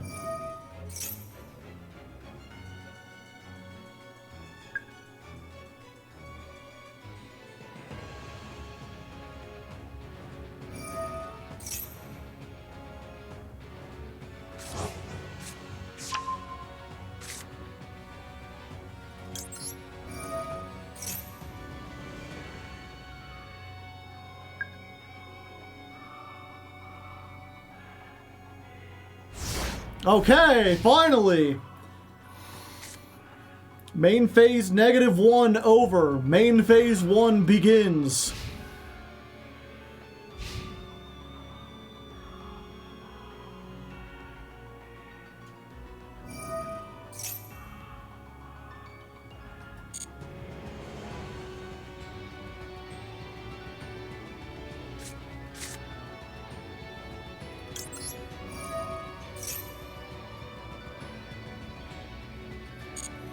So that's 1, 2.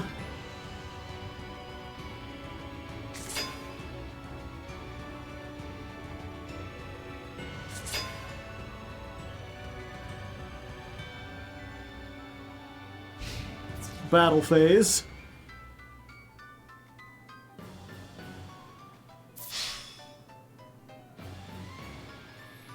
Oh, let's see. Your opponent cannot target this with card effects. Okay. That's 10!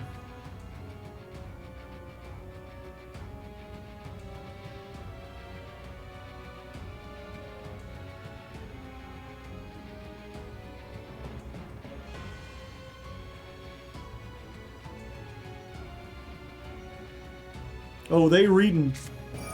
Fuck. Yeah, I think that's unfortunately it for us, chat. All my counters gone!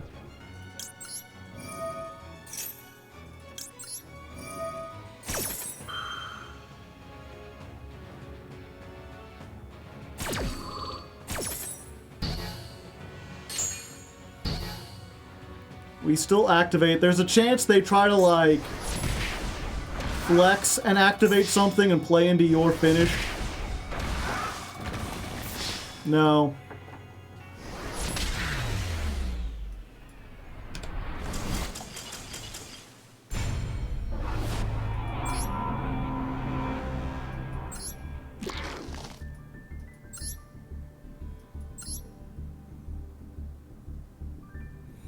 Yep, I want to get one more good duel in, and then we'll call it. No, if I lose a rank!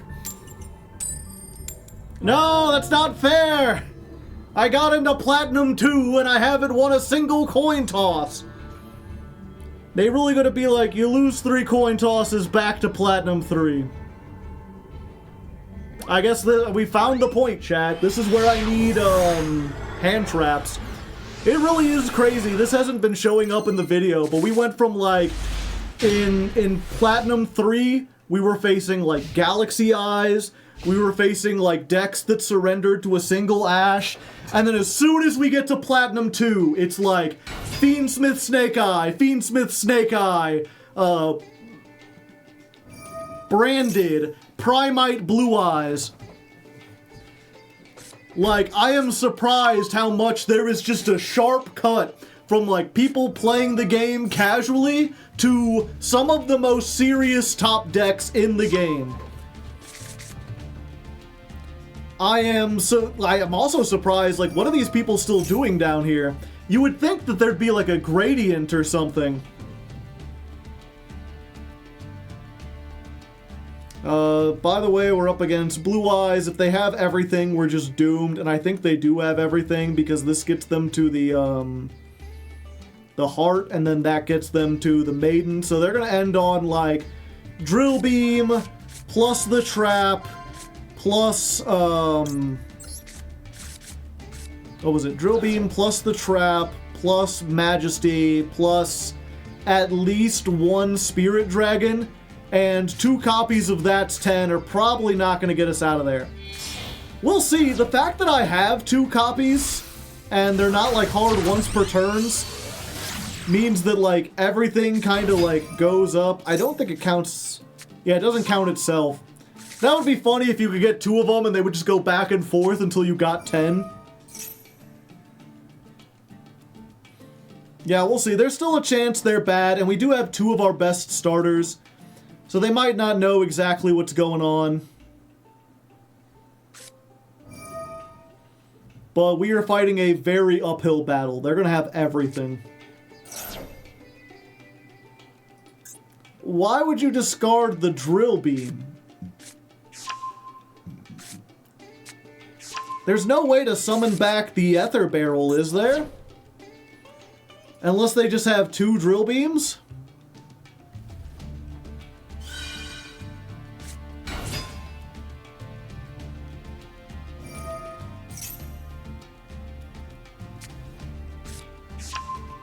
Yeah, plus Valor, so the Valor deals with the Terratop. Either that or they're just like, well, I have to discard Drill Beam or Max C, and Max C could be anything. It could even be another Drill Beam.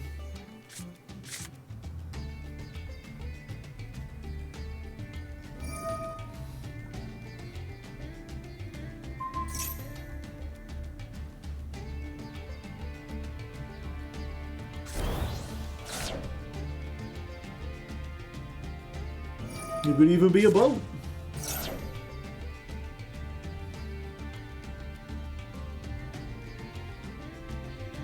For reals, John. Bum bum bum bum bum bum bum ba-da-dum bum bum bum bum bum bum ba-da-dum ba-dum ba-dum ba-dum bum bum bum bum bum ba-dum bum bum bum bum bum bum bum ba-dum ba-dum bum. Maybe I do it. Ba-dum ba-dum.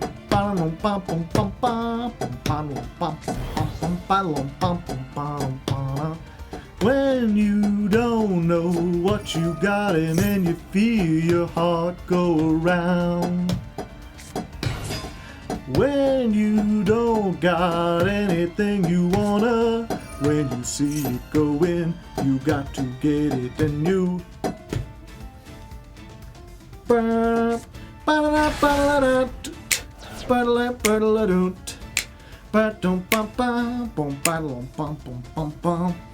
Never learned the lyrics to that. Is this leaning towards the more frustrating ladder climb? No. Look at our win rate. This is like the first time in 3 streams that I've had any kind of struggle. What made the Galaxy Eyes really frustrating, and even the Goatee, was the fact that I was just spinning my wheels, unable to climb at all. That is not the case with Argostars. And I mean, those ones especially, it was like, by the 3rd episode, I had exhausted every variant I could possibly play, so I didn't even have anywhere to go, you know? I was already playing the best versions, and there was nothing else to do. This deck doesn't even have Max C in it. This deck is playing 1 Ash Blossom. I'm playing like the Field Spell at 3. I'm playing the Batgirl at 3. There's so much stuff that we could, like, this deck is not even, like, good. It's not even, forget, like, throwing in a good engine like Fiendsmith. This isn't even an optimized Argostars list. We're playing, like, budget Argostars. So I am not worried in the slightest. I am not feeling bad about this at all. Like, the end of this stream is not going all that well, but I know that, like, well, next stream I'm just gonna jump back into something great. Oh, and this one, they made 2 of them, and they're gonna make the fucking... and the Synchro Rumble! Why not? Just make Brick Eyes more bricky. You want to throw in a Blue Eyes Jet Dragon while you're at it?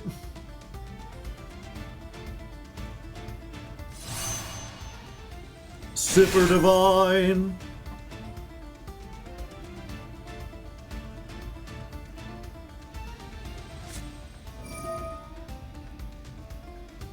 Yeah, I'm honestly surprised it took this long for us to have some trouble.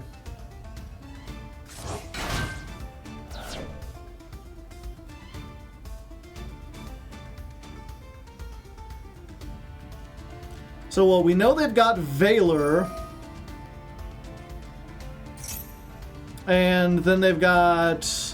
yeah, so they've got 4 negates. The thing is... this is a monster negate. This negates, but it doesn't destroy. And Valor is also a monster negate. So, like... It's unfortunate because if we drew, like, 5 traps, we'd unironically be in a much better position. Yet Spear Dragon doesn't do, like, anything against this deck. We don't play shit in the graveyard. Who cares?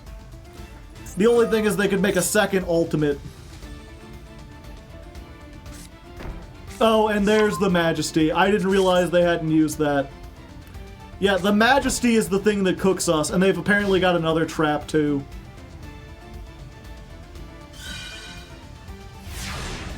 So yeah, I'm absolutely doomed unless they're just dumb. Which, I mean, never put it past your opponent to not be dumb. Let's go ahead and try playing this.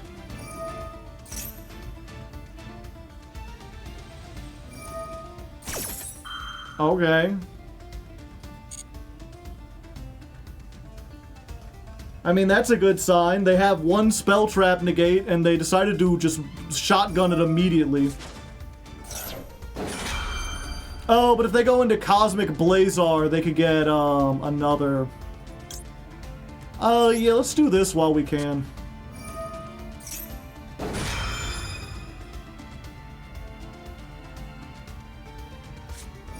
Oh, the set card was Dominus Purge. You asshole. I was like, it's fine, they don't have Ash. We know the one card is Valor.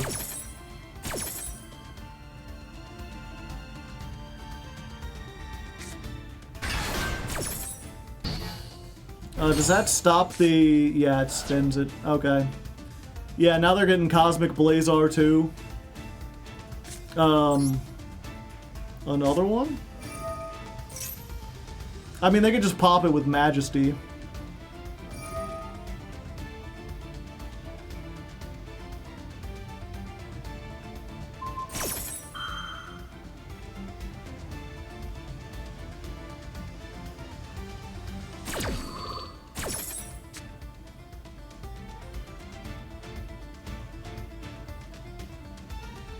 I was like, no, it's fine. They could make the other one, the Red Blazar. But yeah, we really did go from, like, anything could beat these decks to, like, I don't think anything could beat this unless you had hand traps. So, you know, that gives you an idea. That's what we've been facing here in Platinum 2. I guess we'll include that just to show people how we ranked down and why.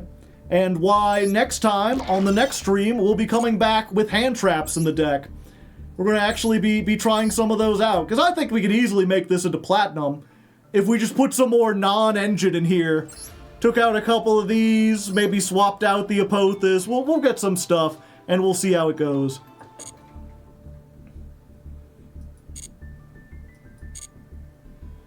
Okay, and with that, chat, I think I'm going to call it for today. Was that my 11th or 12th? I guess we'll call it 12. Oh, duel...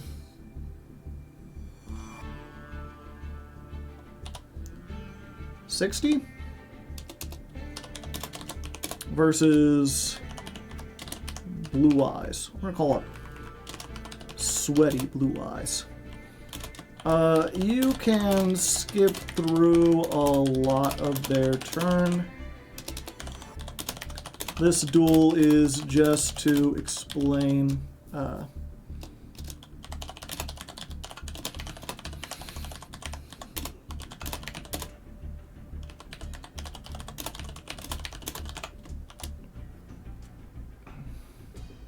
yeah, we stayed a little later.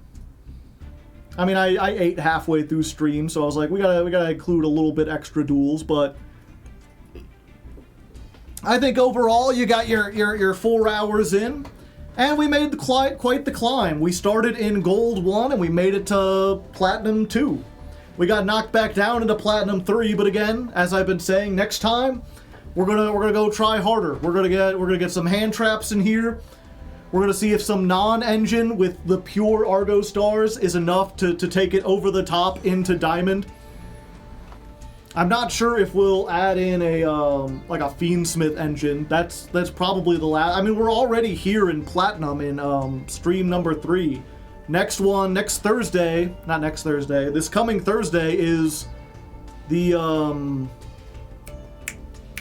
halfway point.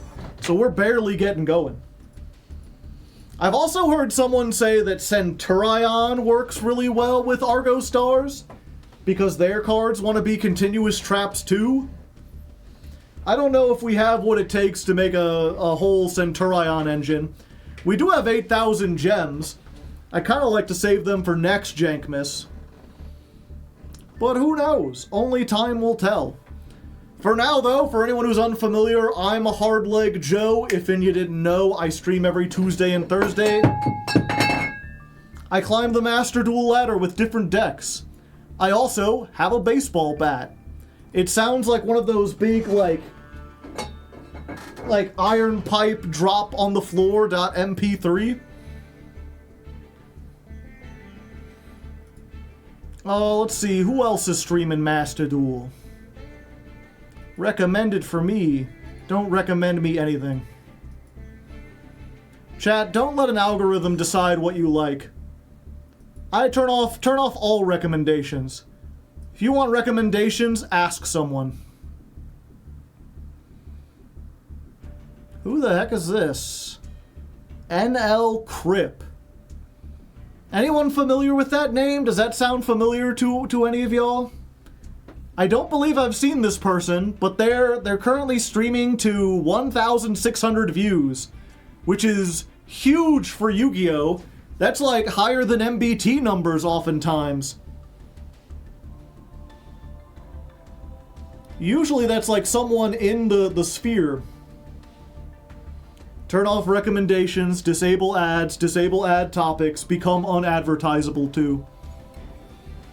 Yeah, I mean that's let me show you something, chat.